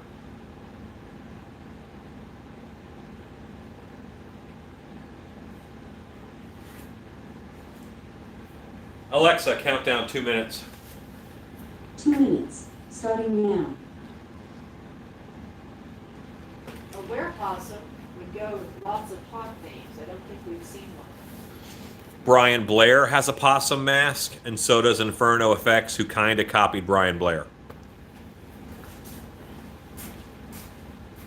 I will lay off of a possum. Because they're good possum masks, and I would also make a possum mask that looked the same. And if I'm not adding to it, then I don't need to be doing it.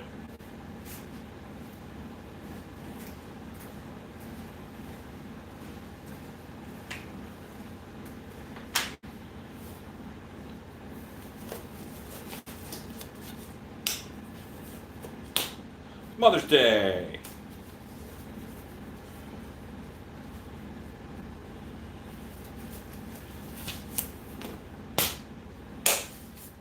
All right.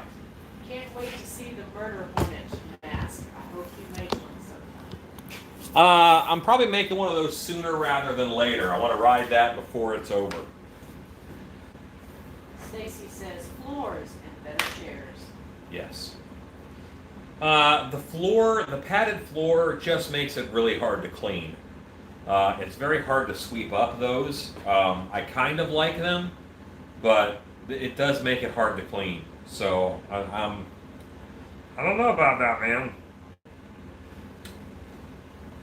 Right now, water is soaking into the plaster powder that I put in here, and that is going to just saturate. Water is seeping into all that plaster powder and getting it good and wet and soaked, and it's stopping me from having a bunch of lumps. Alexa, stop.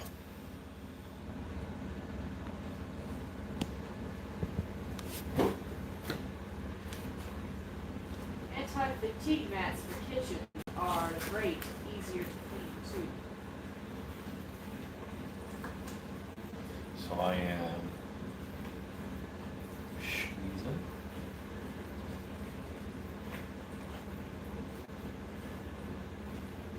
There's not a lot of lumps. I just have some spots of thicker plaster than in other spots.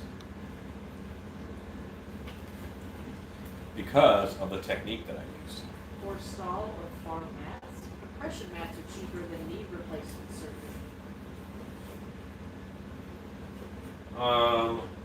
That's true. Yes. It would be like killer bees from the 70s. Is that just regular plaster of Paris? No, I'm molding an Ultra Cal 30 because I want the strength. And this coat here is just to get the details. The first thing I'm going to do is go around the border where the sculpture meets the mold wall. That's the first thing I got to hit.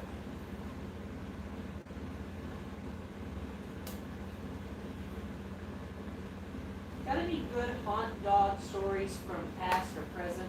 I saw the pups embellished your hat the other day. Oh boy. Haunt dogs. Oh. I'm sure that Shannon will tell you one or two of those.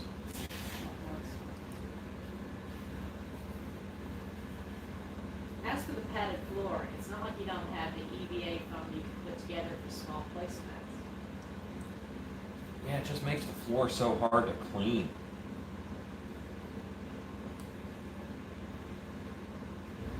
I had that in my other shop at the house, the old house, and I'm just not a fan of how hard it is to clean.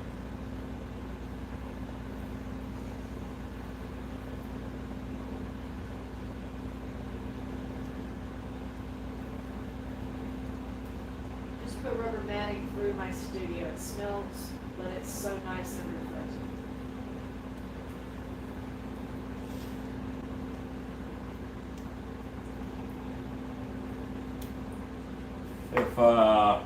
If I were a little more sure about the future, I might would do one of those epoxy like rubber coatings on the floor.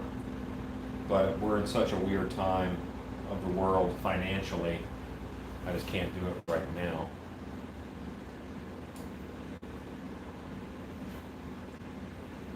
You can use horse stall mats. They are huge and durable.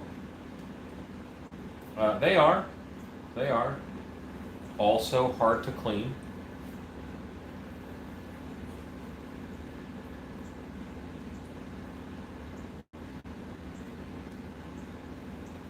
So you're going to see me doing more brushing than normal because I really have to make sure this goes in all those crevices.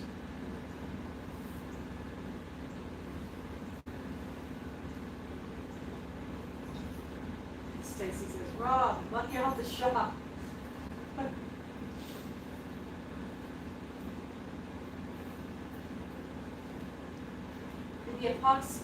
Did the epoxy flooring, it did not last long. No?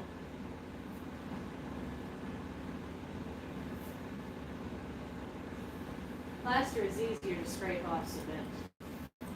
Yes. Do you think do you think with all of this quarantine stuff, they will cancel haunted houses this year? I don't know. I don't know. I have no idea. Lots of states are reopening right now, so if they're reopening right now, at least on a slower schedule. Now, granted, I think every state that has reopened is experiencing higher cases and more deaths, so maybe it's a little early. But I'm not here to give political views. But you're asking about haunt season. If some theories are correct, then what will happen is, the exposure will keep a second wave from happening. Some people are saying that. Others are saying that a second wave is kind of inevitable, and it kicks up right around October. I don't know. But we have to wait and see. We have to play it by ear. What we can do is we can listen to experts, not people on Facebook who read an article once, but listen to experts who may not always agree. I mean, there are guys who I know have molded 200 masks, and we disagree on mold making techniques. We can both make molds. We're both mask makers, but we have varying opinions. I can completely see that the same is true with epidemiology. Well, why not? Why wouldn't that be the case? So there's a lot of, opinions out there. There's also a lot of facts out there because that's, it's all derived from different sets of data. But right now, we're not even, a layman isn't even 100% sure about exactly how it spreads. How long is it viable in the air? How long is it viable on those hard surfaces? And the glory is we have months to figure it out. We have months to learn all those things. And let's take that time. Let's not make any rash decisions right now. Let's right now, learn. Be in a mood and a mode of learning. Learn about the virus. I read articles every day. I look at statistics every day. Now, you can do a lot of different things with the same statistics. So you have to be careful about that and be careful of where you get your news. I don't know of a news source that's not biased, one way or the other.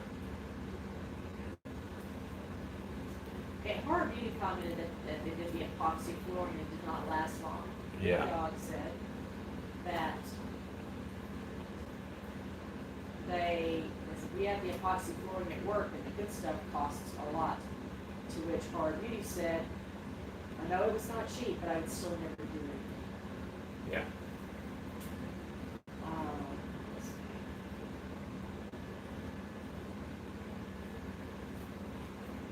There's a trick to locking the mask together for garage gym so it's not hard to clean. Wouldn't it be easier to just resole your shoes with EVA foam? Just a thought. Have you tried insoles? Yes. Yeah. I'm not even suggesting really the EVA floor. I think other people brought that up. There's a couple reasons I don't like them. I need to get better at sitting down. I haven't been great at that. But also, it's just not that dynamic sometimes to watch somebody who's sitting and working. Horror Beauty says it was okay for 3, maybe 4 years and started discolored at it and healed. Jesse Papa Bear. I figure if we open now, the second wave will be over by October, and the third wave won't be till Christmas. Yeah, I mean, that's quite possible. And you know, as long as too many people aren't sad from all the people that died to go to a haunted house, that's cool.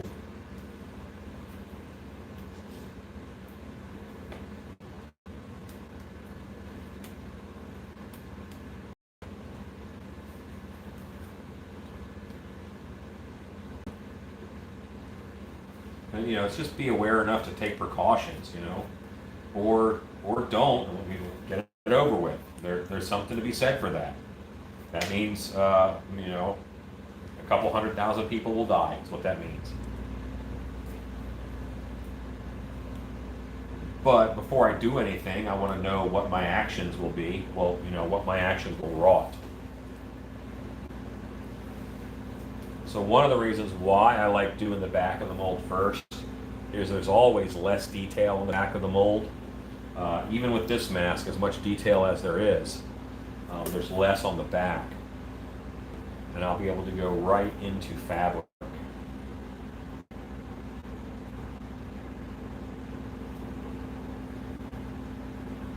Just a bill, a 2-part mold. That's the same thing I'm doing. Yeah, are you doing your clown, Justin? Is that what you're working on?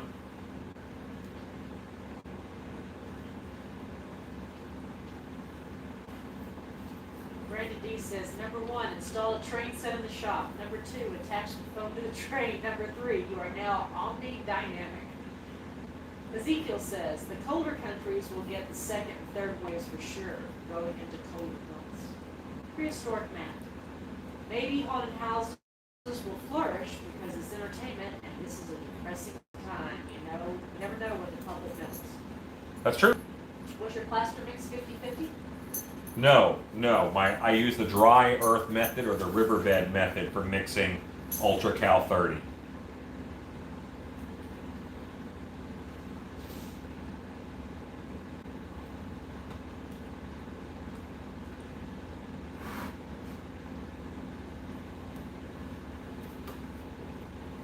Justin Hill says, yes, sir, the clown. Also, I've been watching for like 2 minutes. You have said nothing pertaining to them, but I have answered 3 questions I had. I just be watching what you were doing. Well, okay. Justin, a big tip that if you've only been watching for 2 minutes that you missed. See these Q-tips? I cut the end off of a Q-tip and I use it to pin all these white dots. Those are Q-tips pinning my mold wall to my sculpture. So that way I can, you know, it's not going to just fall away. That happens sometimes. That is a technique that I've been doing lately and it saves my butt. About maybe 2 years I've been doing that.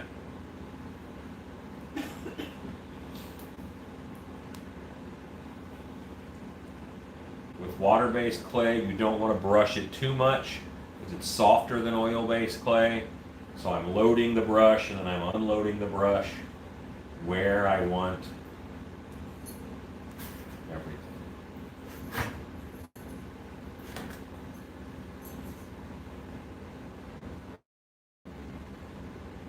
Slid the Q-tips in like a skewer. Yep. Pinned it in place.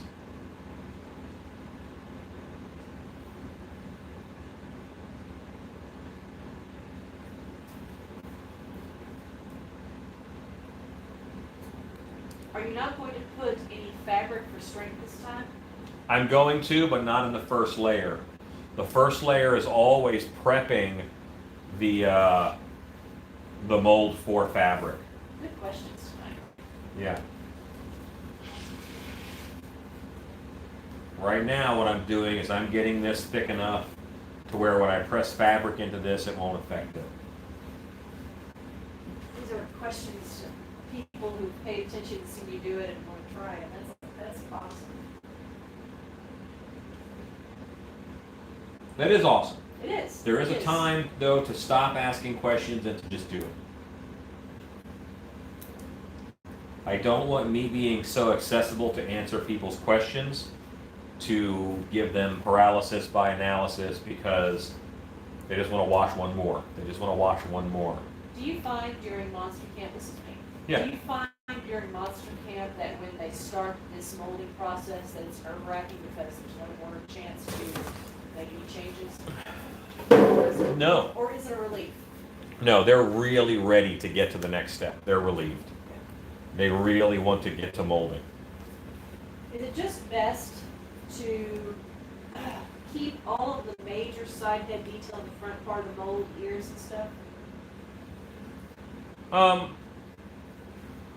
No. Okay, so you should not sacrifice your art in order to make molding it easier.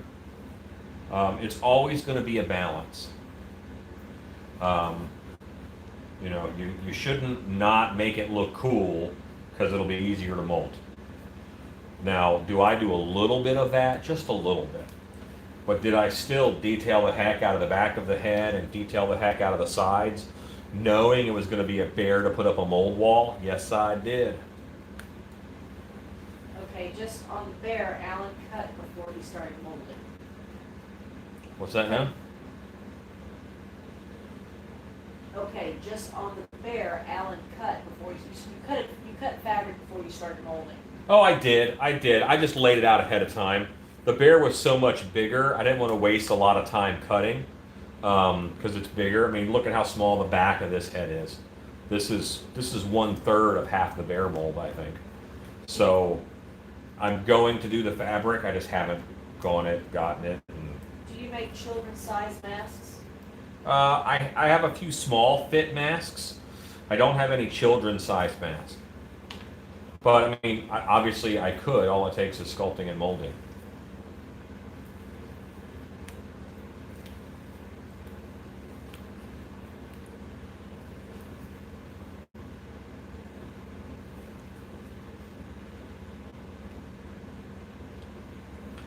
Okay, so I'm going to wait a little bit right now, and I'm going to let this get just a little thicker.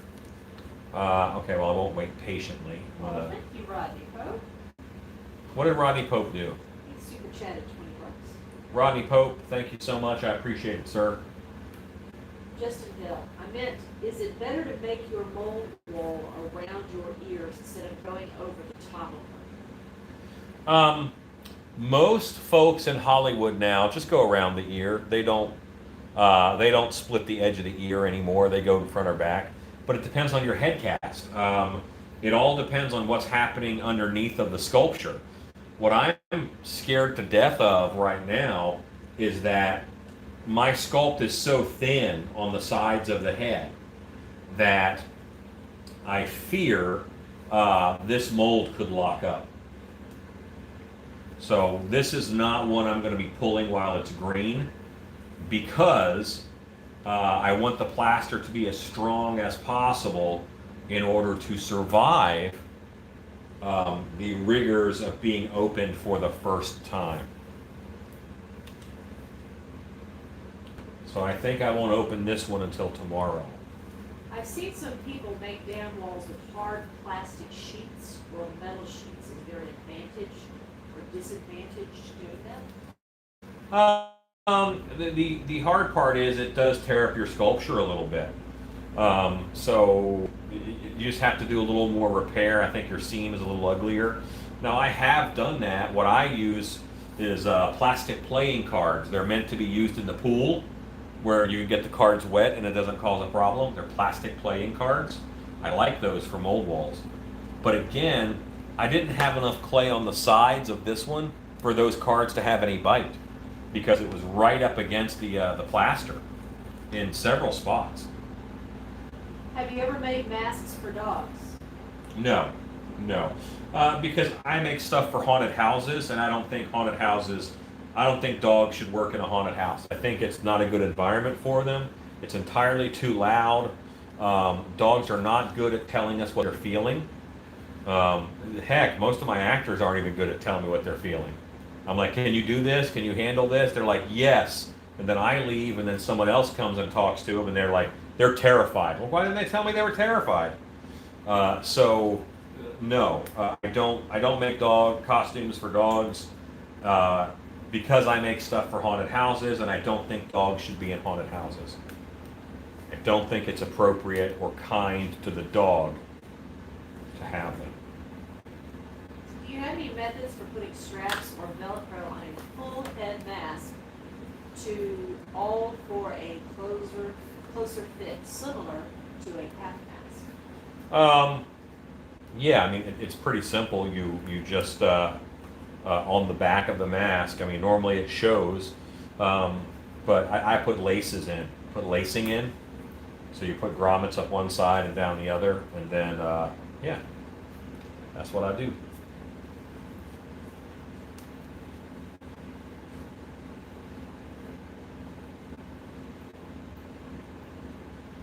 Most of my werewolf masks, they're half masks, but they have a fur cowl. Inside that fur cowling is elastic straps. How's your COVID-19 design coming along? I don't know what you mean. Your masks probably that you were making that had a Oh. mask in it. Oh, they're doing great. I mean, I have a little bit of work to do. I mean, I'm not ready to show anybody anything yet, but I'll be molding very soon.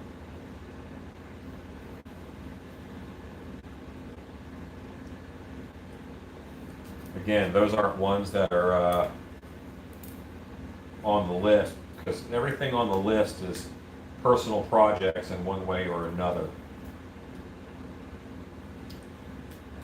That was one method I thought of also, with the lacing similar to the lunch door masks. Thanks, Al. No problem.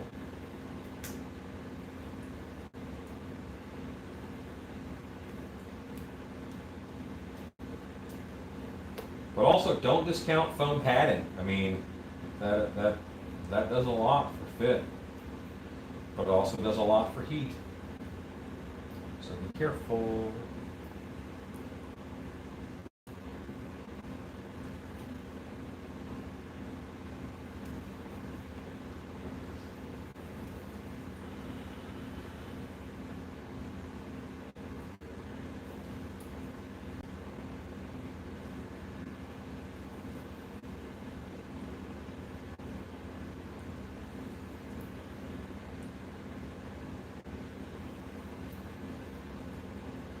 Are you playing a waiting game at the moment with supplies? No. Well, some supplies, yes. Anything coming from China is certainly in sweet time.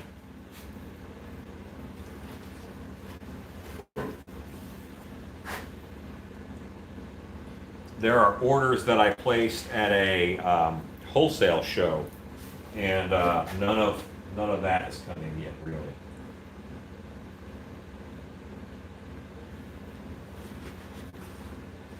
I'm also waiting for some trick-or-treat vehicles.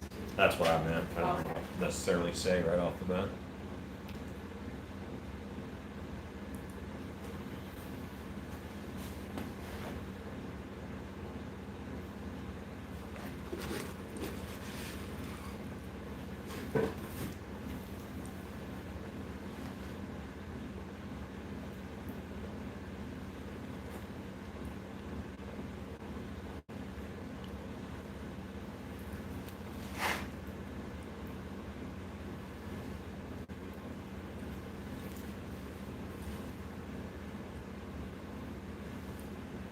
Rodney says that if it wasn't for Ellen, I probably would never have attempted making a mask, something I've been wanting to do for years. Do it. I got told from a wholesaler that EVA foam was going to be shortage, so I went and bought triple of what I usually have. Who said that? Ezekiel. Okay. The Michael Myers shaped mask is William Shatner. Yeah. We've not been too bad on deliveries here in the UK. Good night, Thomas R. Good night.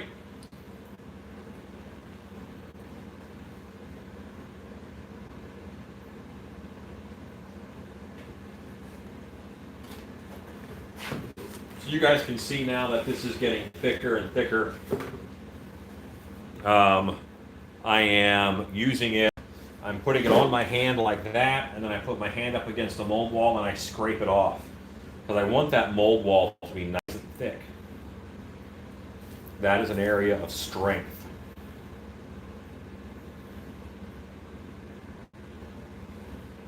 I'm not going to let any plaster die in the bucket.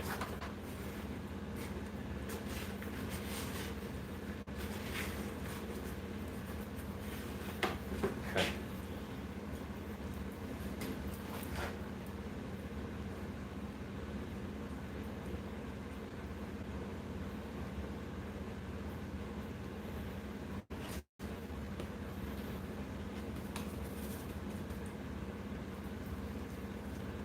And now I'm brushing it smooth so that there won't be air bubbles trapped between the fabric and this layer of plaster. My dog is a certified therapy dog at our haunt. He is there all build season, and the loud noises don't bother him. He adores all the people and has a lot of training. It is not for 99% of the dogs, though. Well, and if he's, but like you're not asking the dog to be in the haunted house in a cage barking at people when they go by. I assume that you're not doing that. I'm going to start basing out the area around the horns. Do I use small plastic cups to build up the base around? I'm going to do EVA horns after the cast.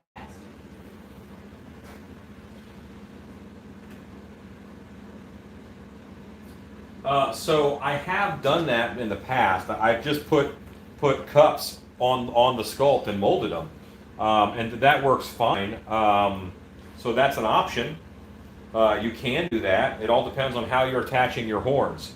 Lately, what I've been doing is I've been leaving that area flat so I can do it horns or no, and I have an option. I do like to have options.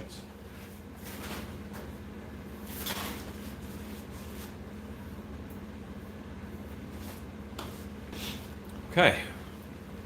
So, guess what time it is? While that's kicking, I'm going to put on another layer of drool. Because this layer should be, yep, it's firm to the touch. It's not as hard as it would get, but it is firm to the touch. And if I put more on now, it'll attach to it and it'll lengthen the drool that's already there. I'm going to go to the fridge and grab what I need out of the fridge, which is Drool Compound 47.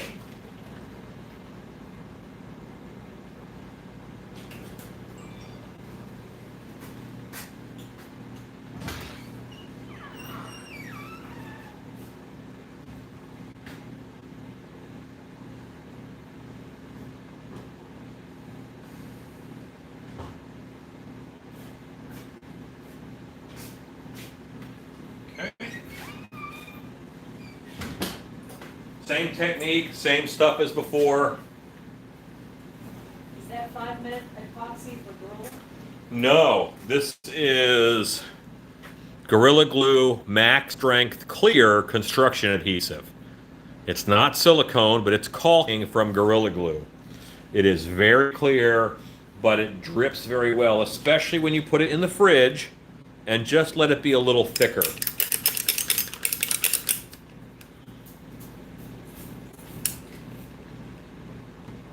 Flex Seal in the background. Oh, yes. Seymour Butts is the dog. He is with me at all times when he's working. We stay in the hub area out of character and mingle with guests. The lines get long and guests gets cranky. We constantly sweep the lines. Yeah, that's a suitable use for doggos. I see no issue with that. And the caulk is not too soft when dry. No, this actually gets really hard when it's dry.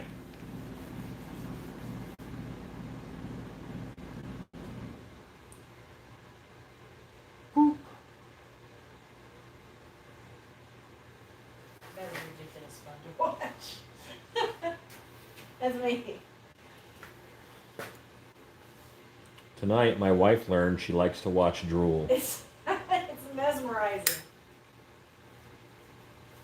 John said, Alan, take longer to get supplies. I want another Shannon story. Oh my gosh, I better think of one to get lined up. There's so many.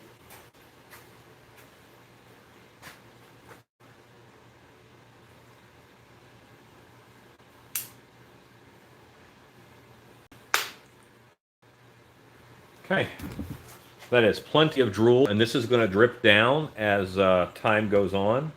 It's going to drip very slowly, but it's moving, and it's going to freeze like that a little bit too.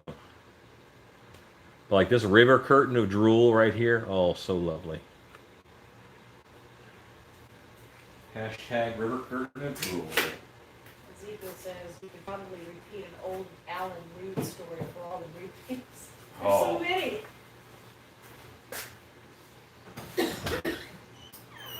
Christine says, we have a quiet room for guests having panic attacks. I'll go there with the dog, and it's a big help, especially for the kids. Cool. That's great. But what about scary Santas? Says Spastic Pug. What about them? My mom had to travel to a dog food company for work. She worked for the parent company. Everyone in the office brought their dogs with them to work every day. That would be a dream job. Do you use that to make ice crystals for your crappie mask? Yes, I do. You need one of them lava lamps if you like to watch it drip. Even had gates on all their cubicles and often brought them to meetings too, for doggos. Will the drool react with black light? I have never tried it. I don't think that it would.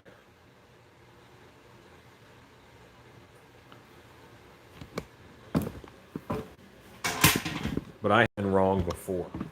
Does anybody think that Grinch, the Grouch, looks like he's looking at you? Yeah. Totally looks like he's looking at you.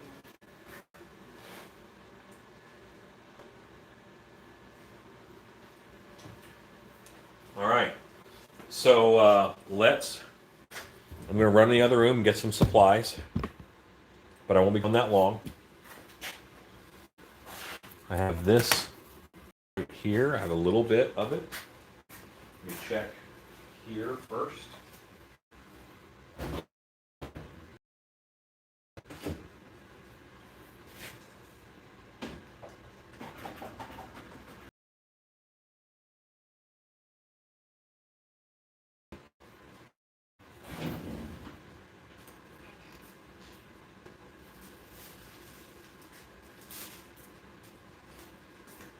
Hey, Scott Creighton, we are working on the green shirts. Green shirts are happening. Green shirts are going to happen. We are working on them. I may not have any sizes larger than a 3X this first round. But we are working to get some larger sizes than that in the future. But this first round will likely be small, medium, large, extra large, 2X, and 3X in the silky screen.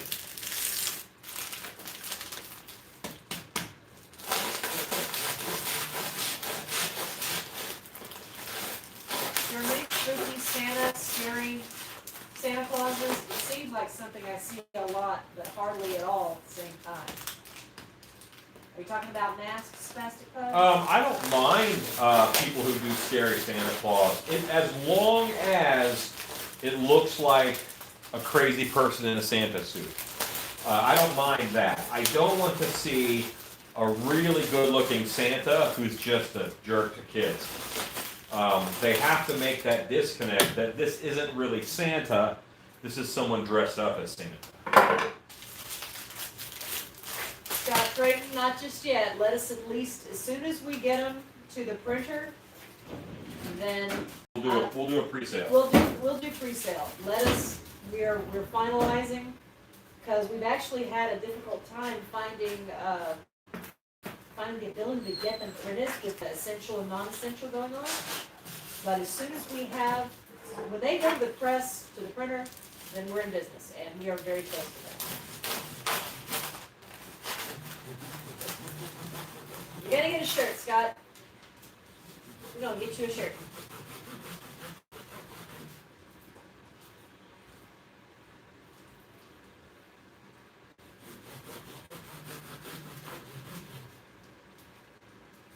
If I just cut down to the middle, then I have plenty of great little squares of burlap to use for this. Lots of them are cut at once if I do it that way. They get too small once you get down to that size. So now I have to do my unrollio.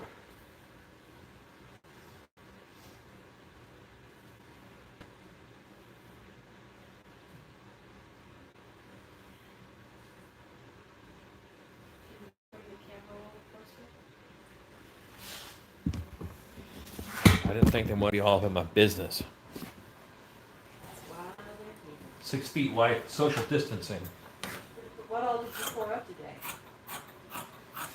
War Piggin, Gravedigger, and a punch on a pole and a slap on a stick. Where did you find that in rolls? Home Depot, Lowe's, it's in the garden section. It's the bigger weave for gardening.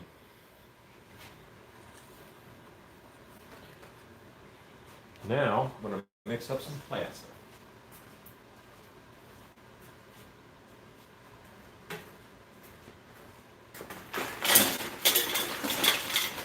Alexa, what time is it? The time is 8:50 p.m. Okay.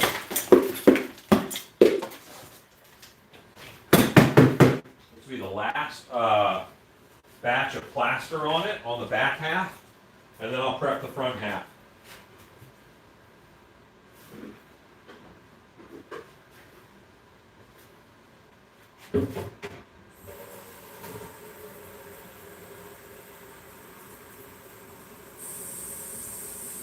Y'all just stare at that rock, you'll be fine.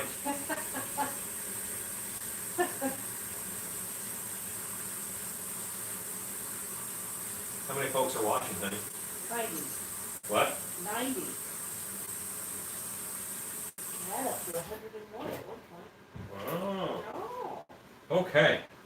Thank you very much for your kindness and patience. Greetings to all friends. Unfortunately, a system has crashed and I have to offer assistance now. See you later, Hugo. Bye, Hugo. Hugo, are you in IT? That's good.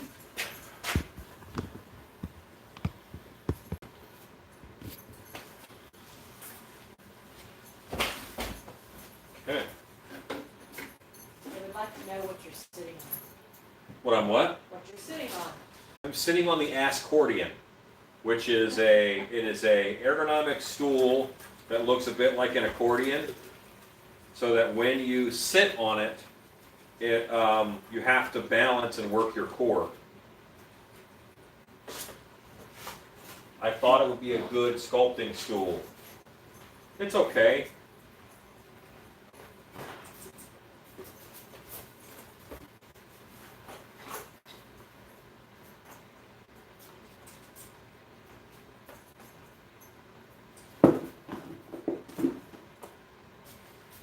Change.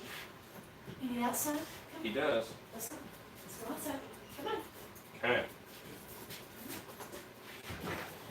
All right, I think I have just the right amount of plaster in there now.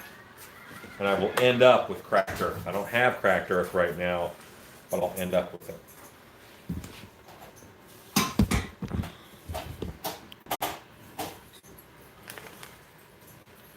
This is the wide and interesting world of watching plaster saturate.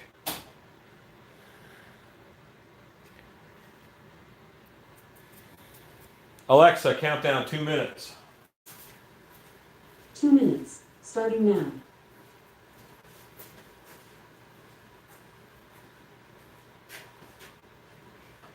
Red is the rose that in yonder garden grows, and fair is the lily of the valley.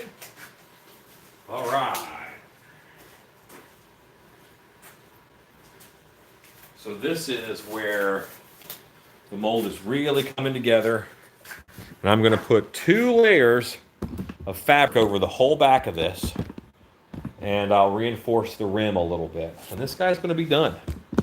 I don't want it to be a super thick mold.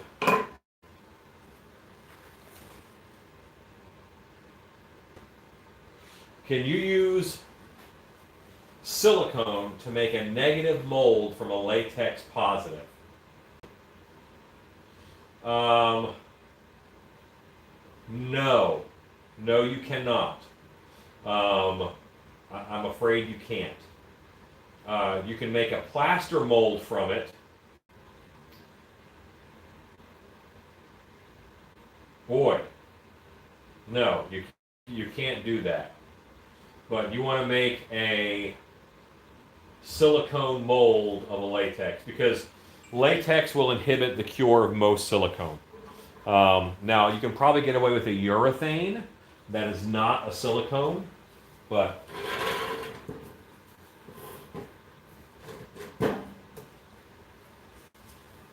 it just happens, Christine.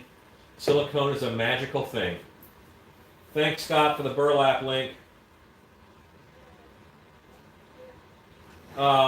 This is the same burlap weave that I would use to make the eyes of a mask because as you can see, it's actually pretty easy to see through if it's close to your eye.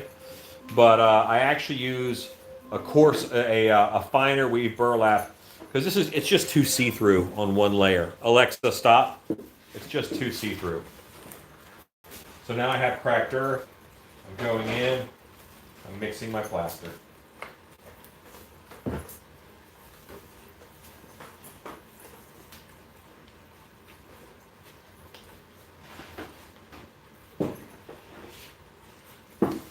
That, last we left our heroes.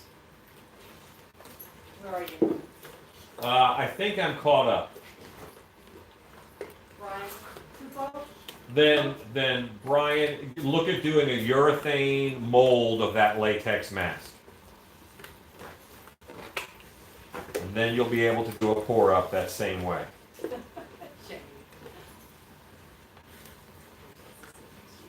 Okay. There we go. Oh, Jinx. The first thing I want to do is just put a little bit on because I want to get this plaster used to the idea of other plaster sticking to it. And this liquid coat is also going to fill in any little pockets. Cheney, What's he got? he's about to stick his head in the plaster bucket. Come here. And then he will become a plaster bucket. Come here, buckethead. Couldn't you use Super Seal to seal off the latex and get it to work with the silicone? No, because most sealers like that inhibit the cure of silicone. I got my creature mask yesterday. You did? Dead end yard hunt. Morning, guys. Looking like it's going to be a good day. Pig gets finished today. It's Richard McGrath and England. Great. Hey, honey, you know what I did? I didn't eat. I know. I'm a fool. I'll be starving at the end of this. Did you ever use those pre-plastered strips or just dip in the water and apply? No, because that fabric is not strong. It's not tear resistant. That fabric actually tears really easy. And what I'm trying to do here is I'm using the burlap almost like you would use rebar in concrete. So I want the strength of the burlap. And also, normally that plaster is plaster of Paris, which doesn't have near the strength that I want to get out of my Ultra Cal 30 here.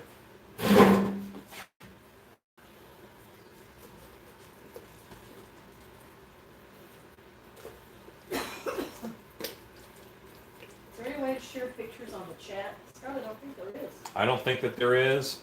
I think the best that we can do is you can send them to Scott Colhart, but then they have to be put somewhere where he can do a link. Super Seal and ease release? You know what? You could try whatever you want, but that's, I mean, I haven't heard about it, and I think I would have heard about it because this comes up quite a bit.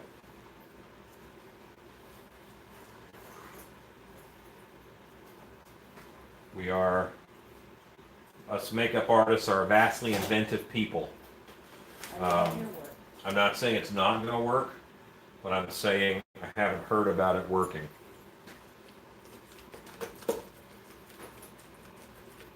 I love your work. Oh, thank you. I thought it might be good because it's for making medical casts for breaking bones. It is, but you don't actually need a lot of strength for that because you don't need a lot of strength for that. So it's okay. I've never been a big fan of plaster bandages. There are some people who make their whole mold out of plaster bandages. I'm just not a fan. It's not that strong. It's a very powdery plaster even when it's set. I don't like it. And it's susceptible to getting wet and being ruined, which this is not.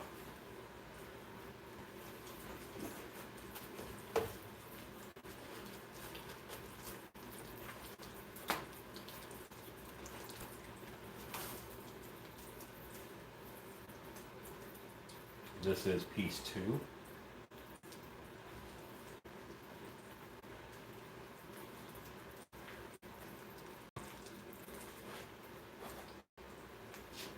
I wish you had told me that before I bought 2 rolls.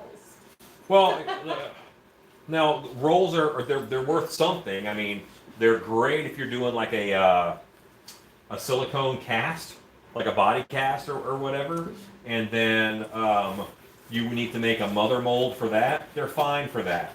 Now I still reinforce them with some regular Ultra Cal. I'll put that on top of them because I don't like that plaster, but it's very common. I mean, lots of people use them. I use them if I ever break my arm. Yeah, and if you break your arm, you have them. You're set.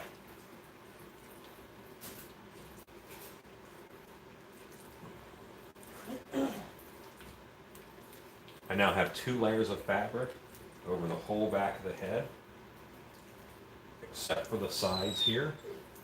So what have you been doing for your sweet cravings?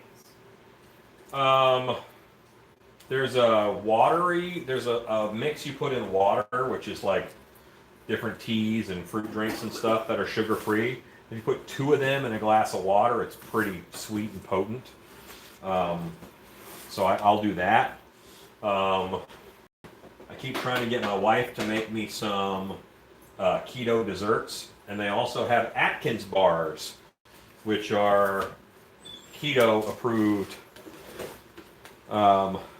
chocolate bars that Atkins kind of puts out. And they sell those at Walmart. You don't have to go anywhere weird or anything. Brandon D says he kisses the one. There you go.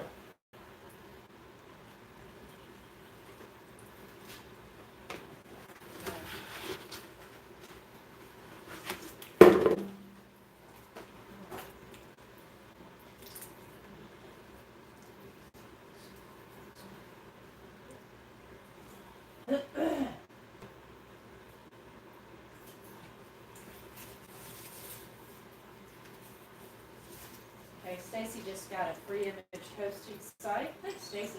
Speaking of sharing images, Glenn McCain shared his lampshade. Shared the class. You know what? That lampshade is beautiful. You guys should see it.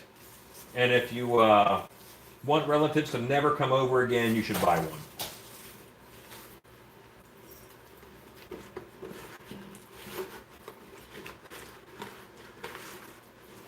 Greg Doucette has some good recipes on his YouTube channel. Who? Greg Doucette. Okay. Never heard of them. Now, I'm out of plaster. Do I think I did enough? Yeah, I think so. How long does it take to set up?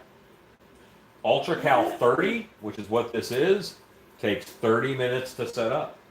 Where do you get your Ultra Cal? Well, right now I get it from Biddy Mold Supply, but I used to get it from Trinity Ceramic, which is a ceramic supply store here in Texas.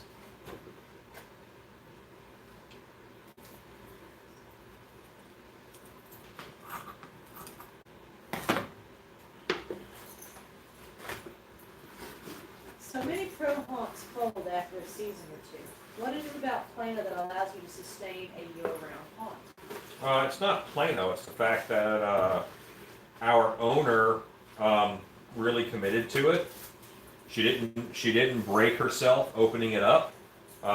She knew that the business was going to take several years to become profitable, and she followed kind of that. She followed one of the rules of market it, put as much as in marketing as you do in building the show, if not more. I like 70-30 if you want to be safe. If you have $100,000 to open a haunt with, build it for 30 and spend 70 on marketing your first year. But that's not sexy. That's not us going to the trans world and buying a bunch of toys. No, it isn't. But it'll keep your business open. How many hours from start to finish does it take to complete? Stay with me, guys. 16 hours, pretty much. From starting the sculpt to finishing that painted mask. No. Dear God, they're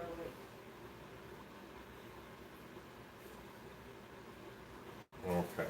She knows the rule of making a small fortune haunting. Start with a large fortune, exactly. I'm going to grab myself a yellow scraper and just start smoothing this out.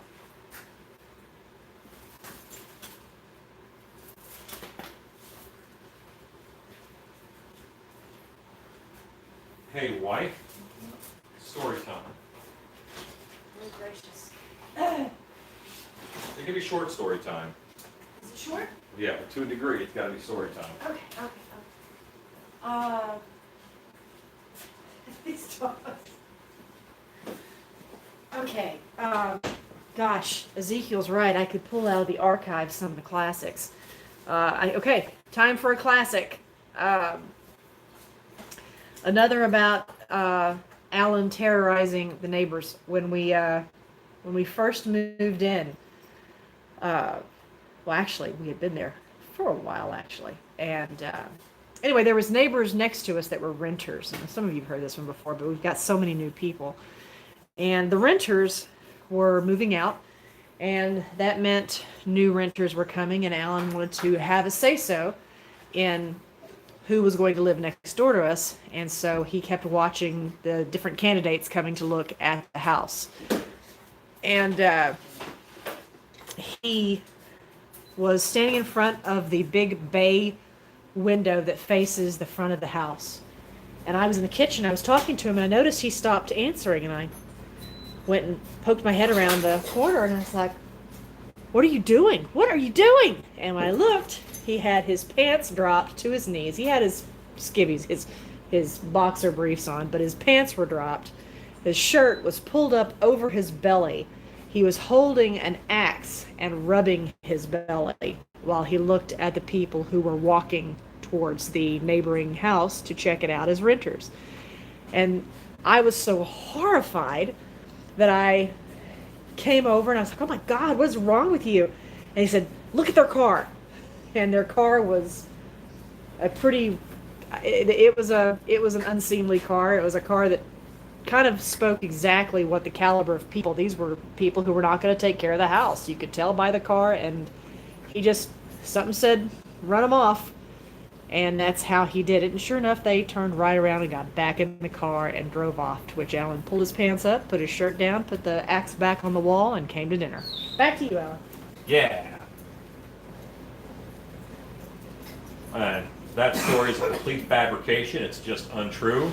I was holding a meat cleaver, not an axe.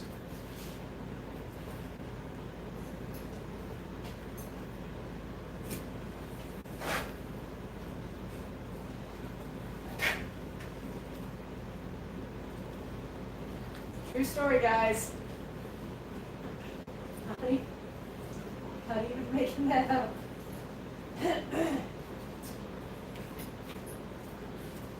Best advice for burn texture. On what? On a clay sculpture? Or on an already finished mask? Or on a corpse? Because there's different answers.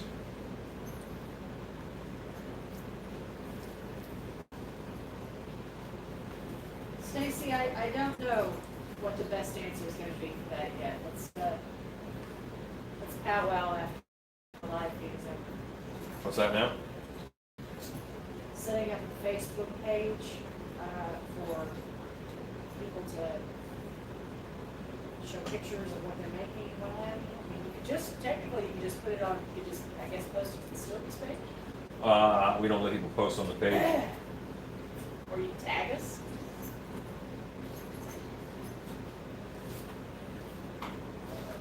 Yeah, Facebook doesn't like those like dummy accounts. I guess we should do a live. We could do a live chat group, which would work. We could do a live chat group. All right, so that mold is set. That half of the mold is set. Ellen, I have to thank you. I was feeling kind of lazy after the family left. A bit live, so I brought out the stuff and got busy trying things. Awesome. I love to hear that. Oh, was that Fox? Spaxic Fox? Thank you. I have no idea. What? He said he's the most efficient storyteller. Every night tells a story exactly 5 minutes long. Dan says, that was me and my wife looking at that house. Well, What would you have done if they thought you were their kind of guy? they would not have. I guaranteed it. Because I did that several times to scare away several types of people. And, well, I varied my routine.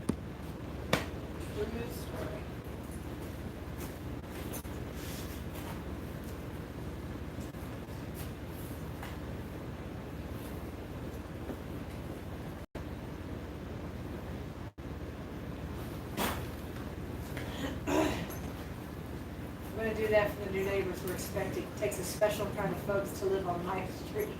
Yeah. Yes, Tracy, I did. That was an archive. That was we're going to revisit a few, but yes, that is, that, I think, gosh, I don't know how many years ago that was. It's a goodie. Just because they had an ugly car. No, that wasn't the only reason. Yeah, there were 3 kids in the car. And love thy neighbor, but man, I was thrilled about having 3 kids right next door. Burn texture on a mannequin. Oh, okay. So I shared this technique the other day. Weldwood contact cement, spray adhesive. Weldwood contact cement, spray adhesive. You spray it on, you hit it with a heat gun, it bubbles, and the popping bubbles turn into plastic. That's why you live out in the woods now. Yeah. That's true. But also Bondo would be great for that. You mix up a little bit of Bondo and apply it, and you can, touch Bondo with a plastic bag and then pull away, and you'll get those kind of textures. I had to play the story back for Connie. She laughed. Then said she'd kill me. That's a lot. Well, there is that.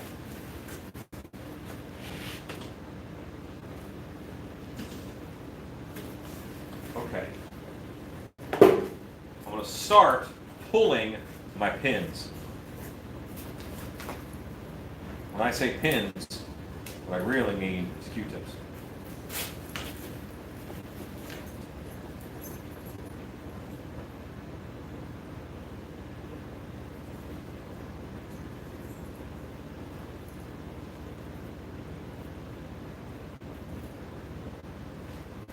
My clear coat blistering on my car makes it look like Two-Face, stupid hot weather here in Florida. What ended up being the name of the mask? This is, what's the name again, guys? What's the name? It was, Heptaron. Heptaron, yes. I like that. My wife would have been out there with candy saying, excuse my husband, he's an idiot. That's the Z.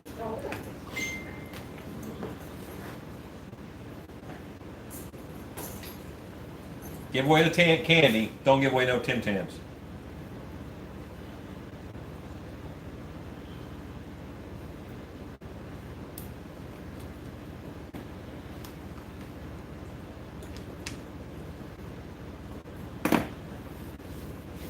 Okay, so now what I'm doing is I'm just using my hand to run over this plaster and get it smooth. I just don't want it, I don't want it sharp in any place. So I'm working on getting it smooth. I'm rubbing it down. And the plaster is so soft that my hand will work as sandpaper, and I can just clear this right up.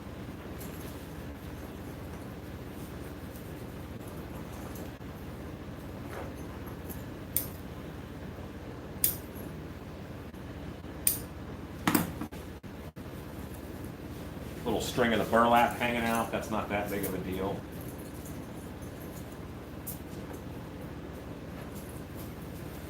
Now normally I'm not a big fan of this ramps. It ramps out to the edge of the mold. I really like seeing that round, but I'm really trying to make my molds lighter, and I'm going to push it to the point where I have mold failures, because then I know how light can I make a mold.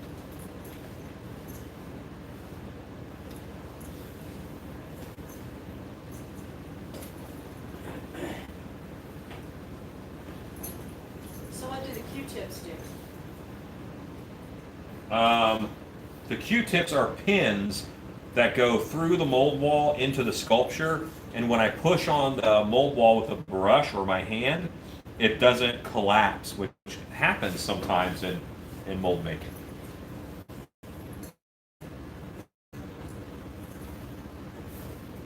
Okay, I feel okay starting the process of getting this mold wall off.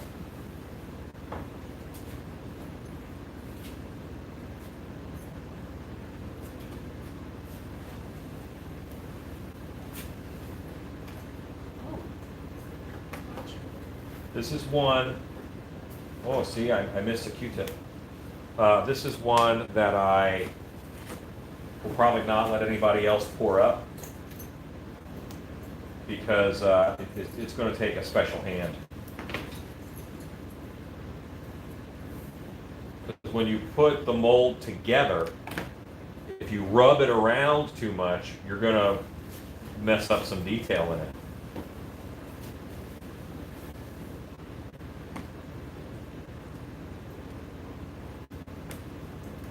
Okay, we are looking good.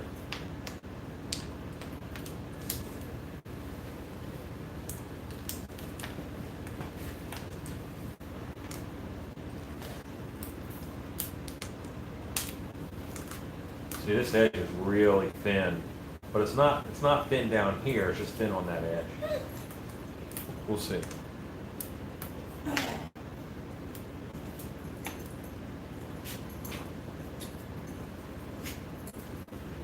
Ezekiel says 10 pans are for special folks. Special folks.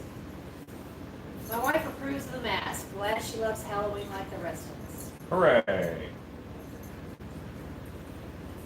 Who was that? CS Creations.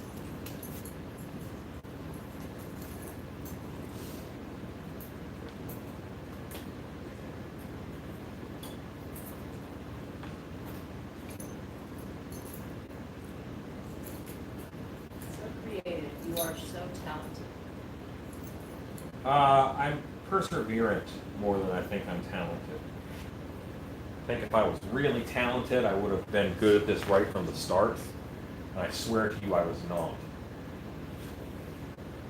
Okay, so now I have my mold wall, and I have to just check it. I got to make sure that everything on this mold wall is going to work. And I have to imagine another rock right up against this. And I have to pull that rock straight away and straight off of here. And I'm really worried about this area right here.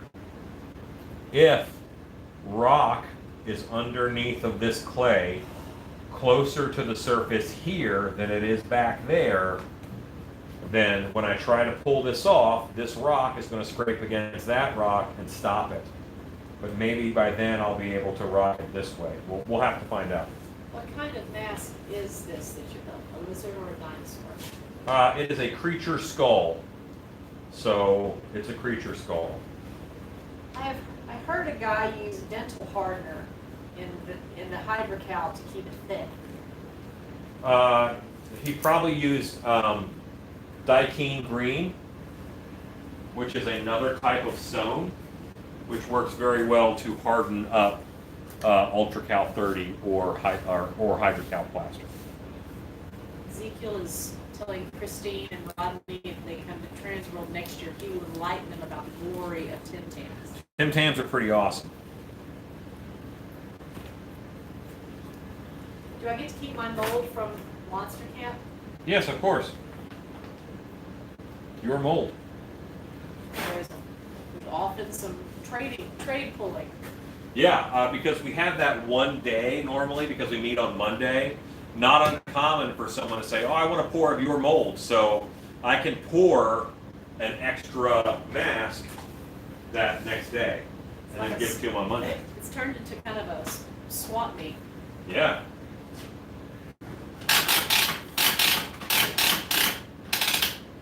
When making a form and filling it with foam around the mold, lighten and strengthen it?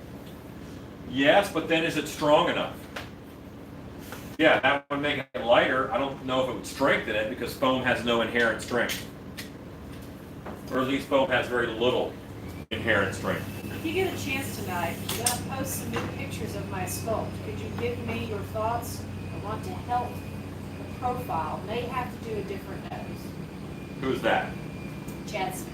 Yes, I will look at it for you. Good night, Spastic Pug. What would be the use for this mask? Haunted house use.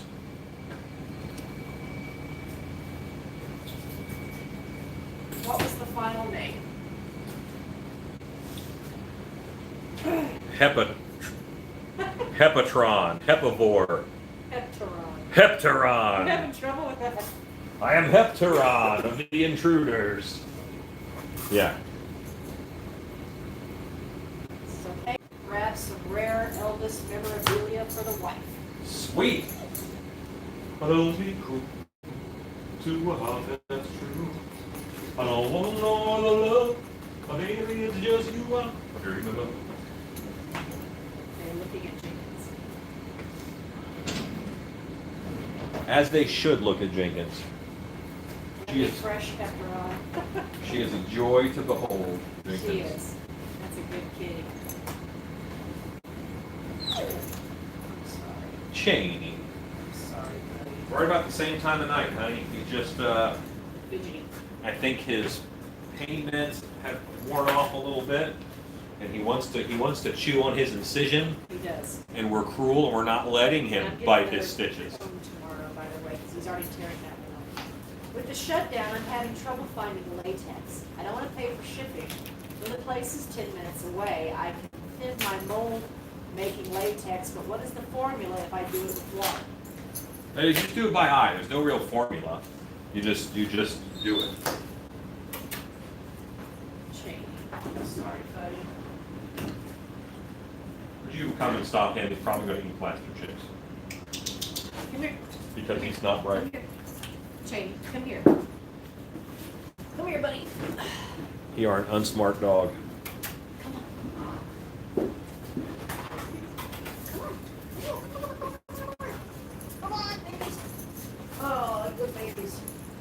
Yeah, there's no formula for it, Scott. You just have to kind of do it by eye.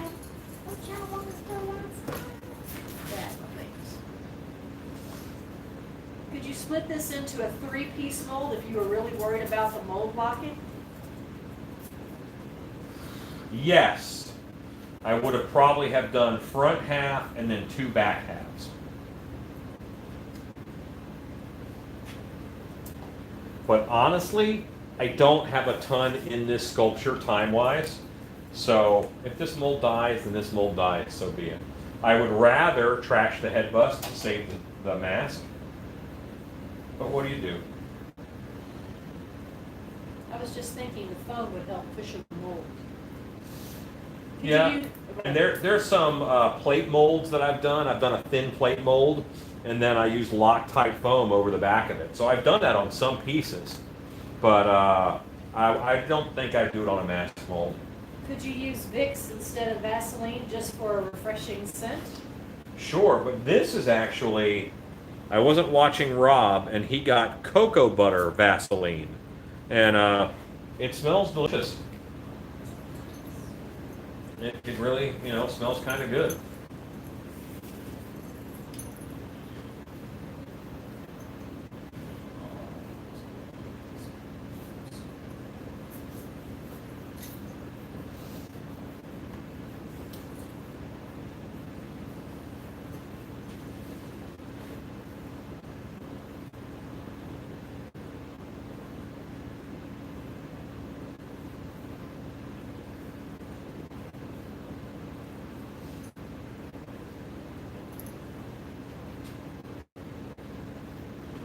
It's a moisturized monster.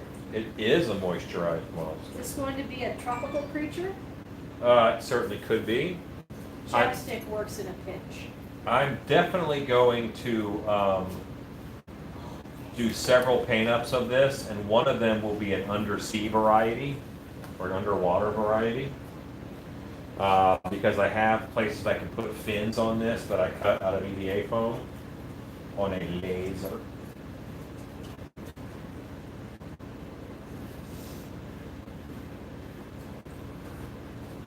But yeah, I'm actually very happy with the look of it.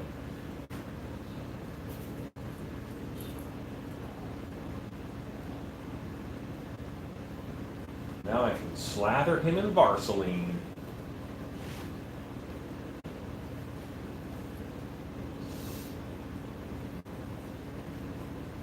I would love your first pull of this one if possible, Rodney. Rodney, I got your message. Rodney sent a message. Rodney wants the first one of this. Now, Rodney. okay, I'm going to tell you, Rodney, the first pull isn't always the best pull. Like, if you're going to have some problems, it's going to be on the first pull because you don't know how to pour it yet.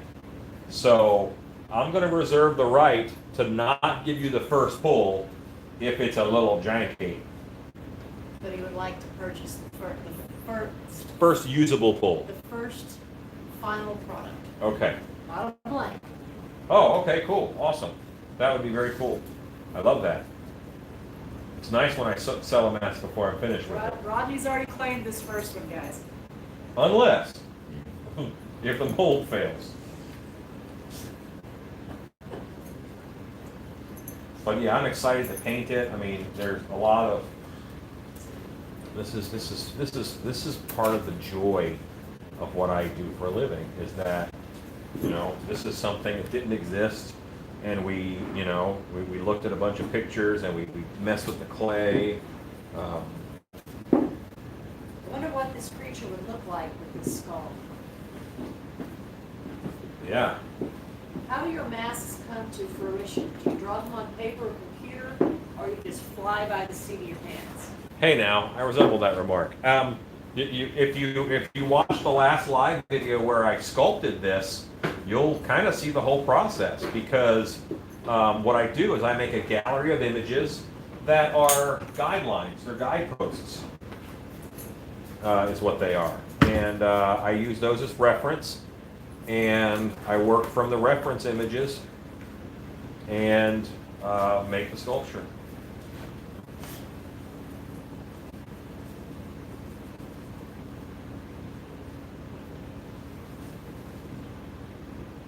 Just making sure I'm doing a real good job here on this Vaseline. I'm sorry. So irritated. Rodney says, could you sign it? We'll get you taken care of, Rodney. Of course. No shrimp comments tonight. This sculpt is too good for such shenanigans. Ezekiel says, okay, Alan, I'm going to read this to you. Okay. And I don't want you to get crazy, okay? You Yeah. promise? Yes. Okay. Ezekiel said, Shannon, if you have any spare tin tams, throw some in Rodney's box and I will replenish you. That's love right there.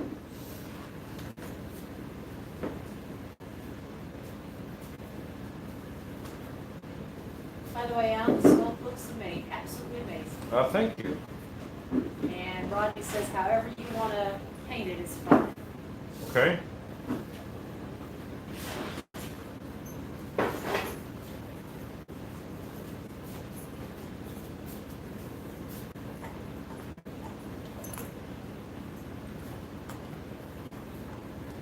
Chaney, what do you have?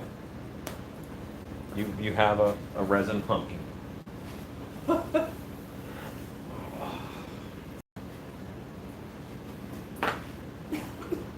Sorry, bud. Cannot eat that. There's no plaster in there. I think I've got the eyes pretty well. Redo that. Ezekiel says, I'm yet to work out how a keto Tim Tam works, mate, but the crew is into it.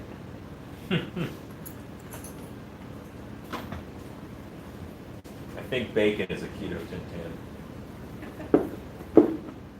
It's a keto Tim Tam. Doo-doo-doo-doo. Doo-doo-doo-doo. Doo-doo-doo-doo.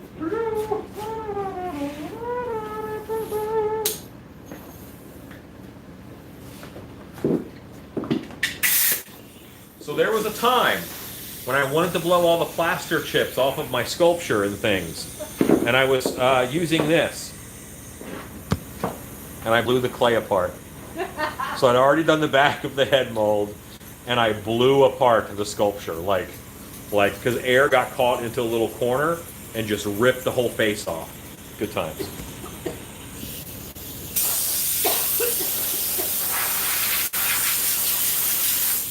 That taught Mr. Hops caution. I'd like you to tell them what a Tim Tam is. Ezekiel, tell them what a Tim Tam is.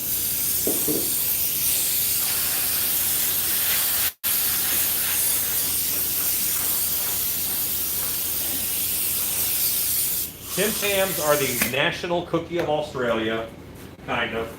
Kind of like the Oreo is the national cookie of the United States, as far as like purchased cookies. So that's kind of what a Tim Tam is. And there's several varieties, but the original is chocolate, some kind of wafers, and it's all dipped in chocolate. And there's something called a Tim Tam Slam, where you'll take like coffee or hot cocoa or whatever, and you bite off both ends of the Tim Tam, and you use it like a straw to suck up the hot coffee, and it's pretty dang delicious. But it's a chocolate wafery cookie of goodness.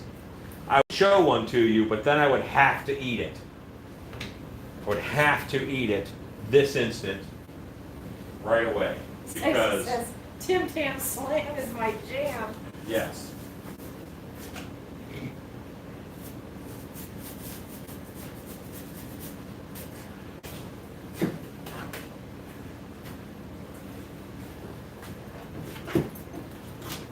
We are just, I'm tapping in some more of this texture, just because, it's been sitting here, I've been moving it, the bag has been on it, and this is how I got that texture. All those pores is this big stiff brush.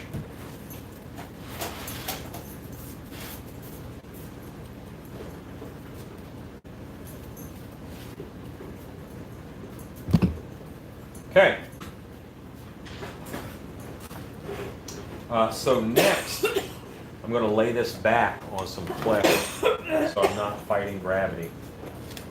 Yeah, the thing about, you can get some basic Tim Tams in America, but Ezekiel in Australia has access to, what? So many different flavors that we Cannot just, believe it.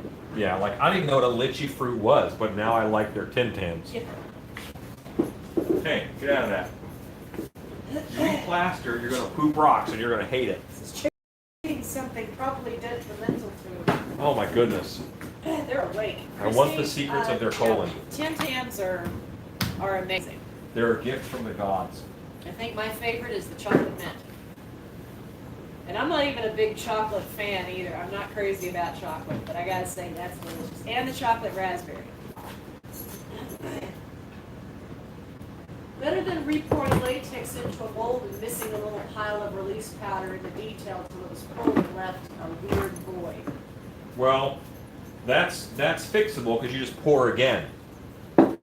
but destroying your sculpture before it's all the way molded, I'm going to say that one's worse. I recognize that Harbor Freight brush. Yeah, Stacy, I think they were raspberry. Cheney, you want to be in everything. Go on. They are. Go on, Cheney. He's in that mode of, what can I get? The dogs are awake, and they just want to walk around the shop and be like, what can I mess with? What can I mess with? For a while there, they were opening drawers to go through drawers. All right, so I'm happy with this angle. What I'm going to have to watch out for is behind these horns, I could get bad air bubbles. So I want to make sure that I don't do that.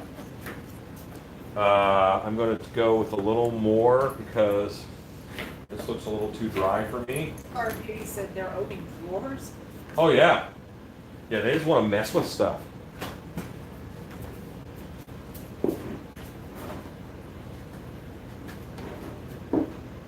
It's novel, noble. Give those babies a distraction free. Yeah, that would keep them busy for 7 seconds. We got 8 solid minutes out of a busy bone. Seymour ate my polymer sculpt last week. Talk about upset. Oh, yes, terrible.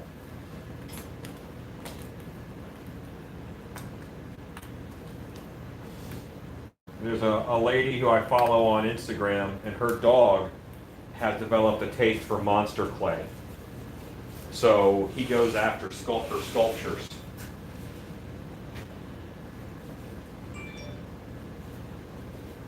All right, I think we're ready to do that next moldy bit, which means I've got a clean up bucket.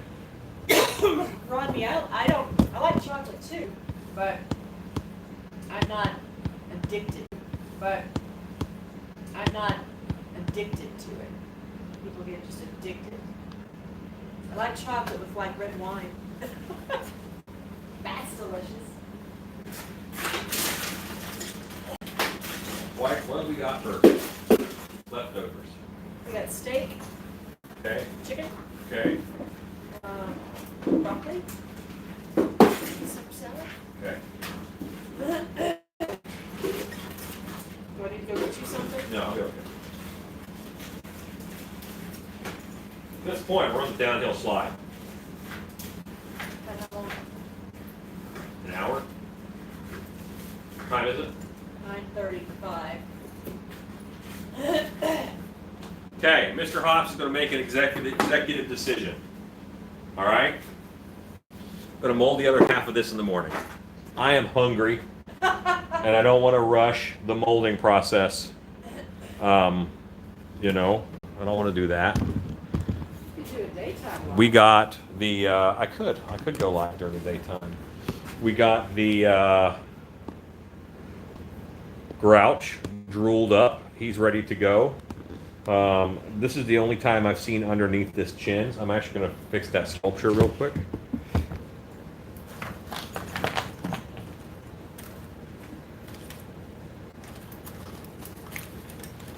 Just the nature of this head form.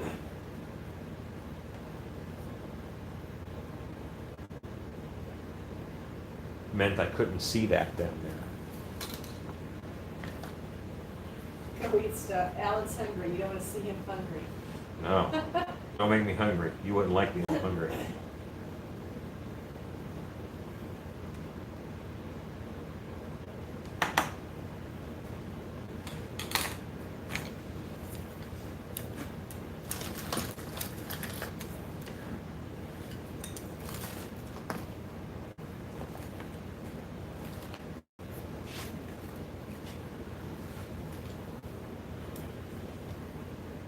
Any clue how long it will take a package to get to Illinois from y'all?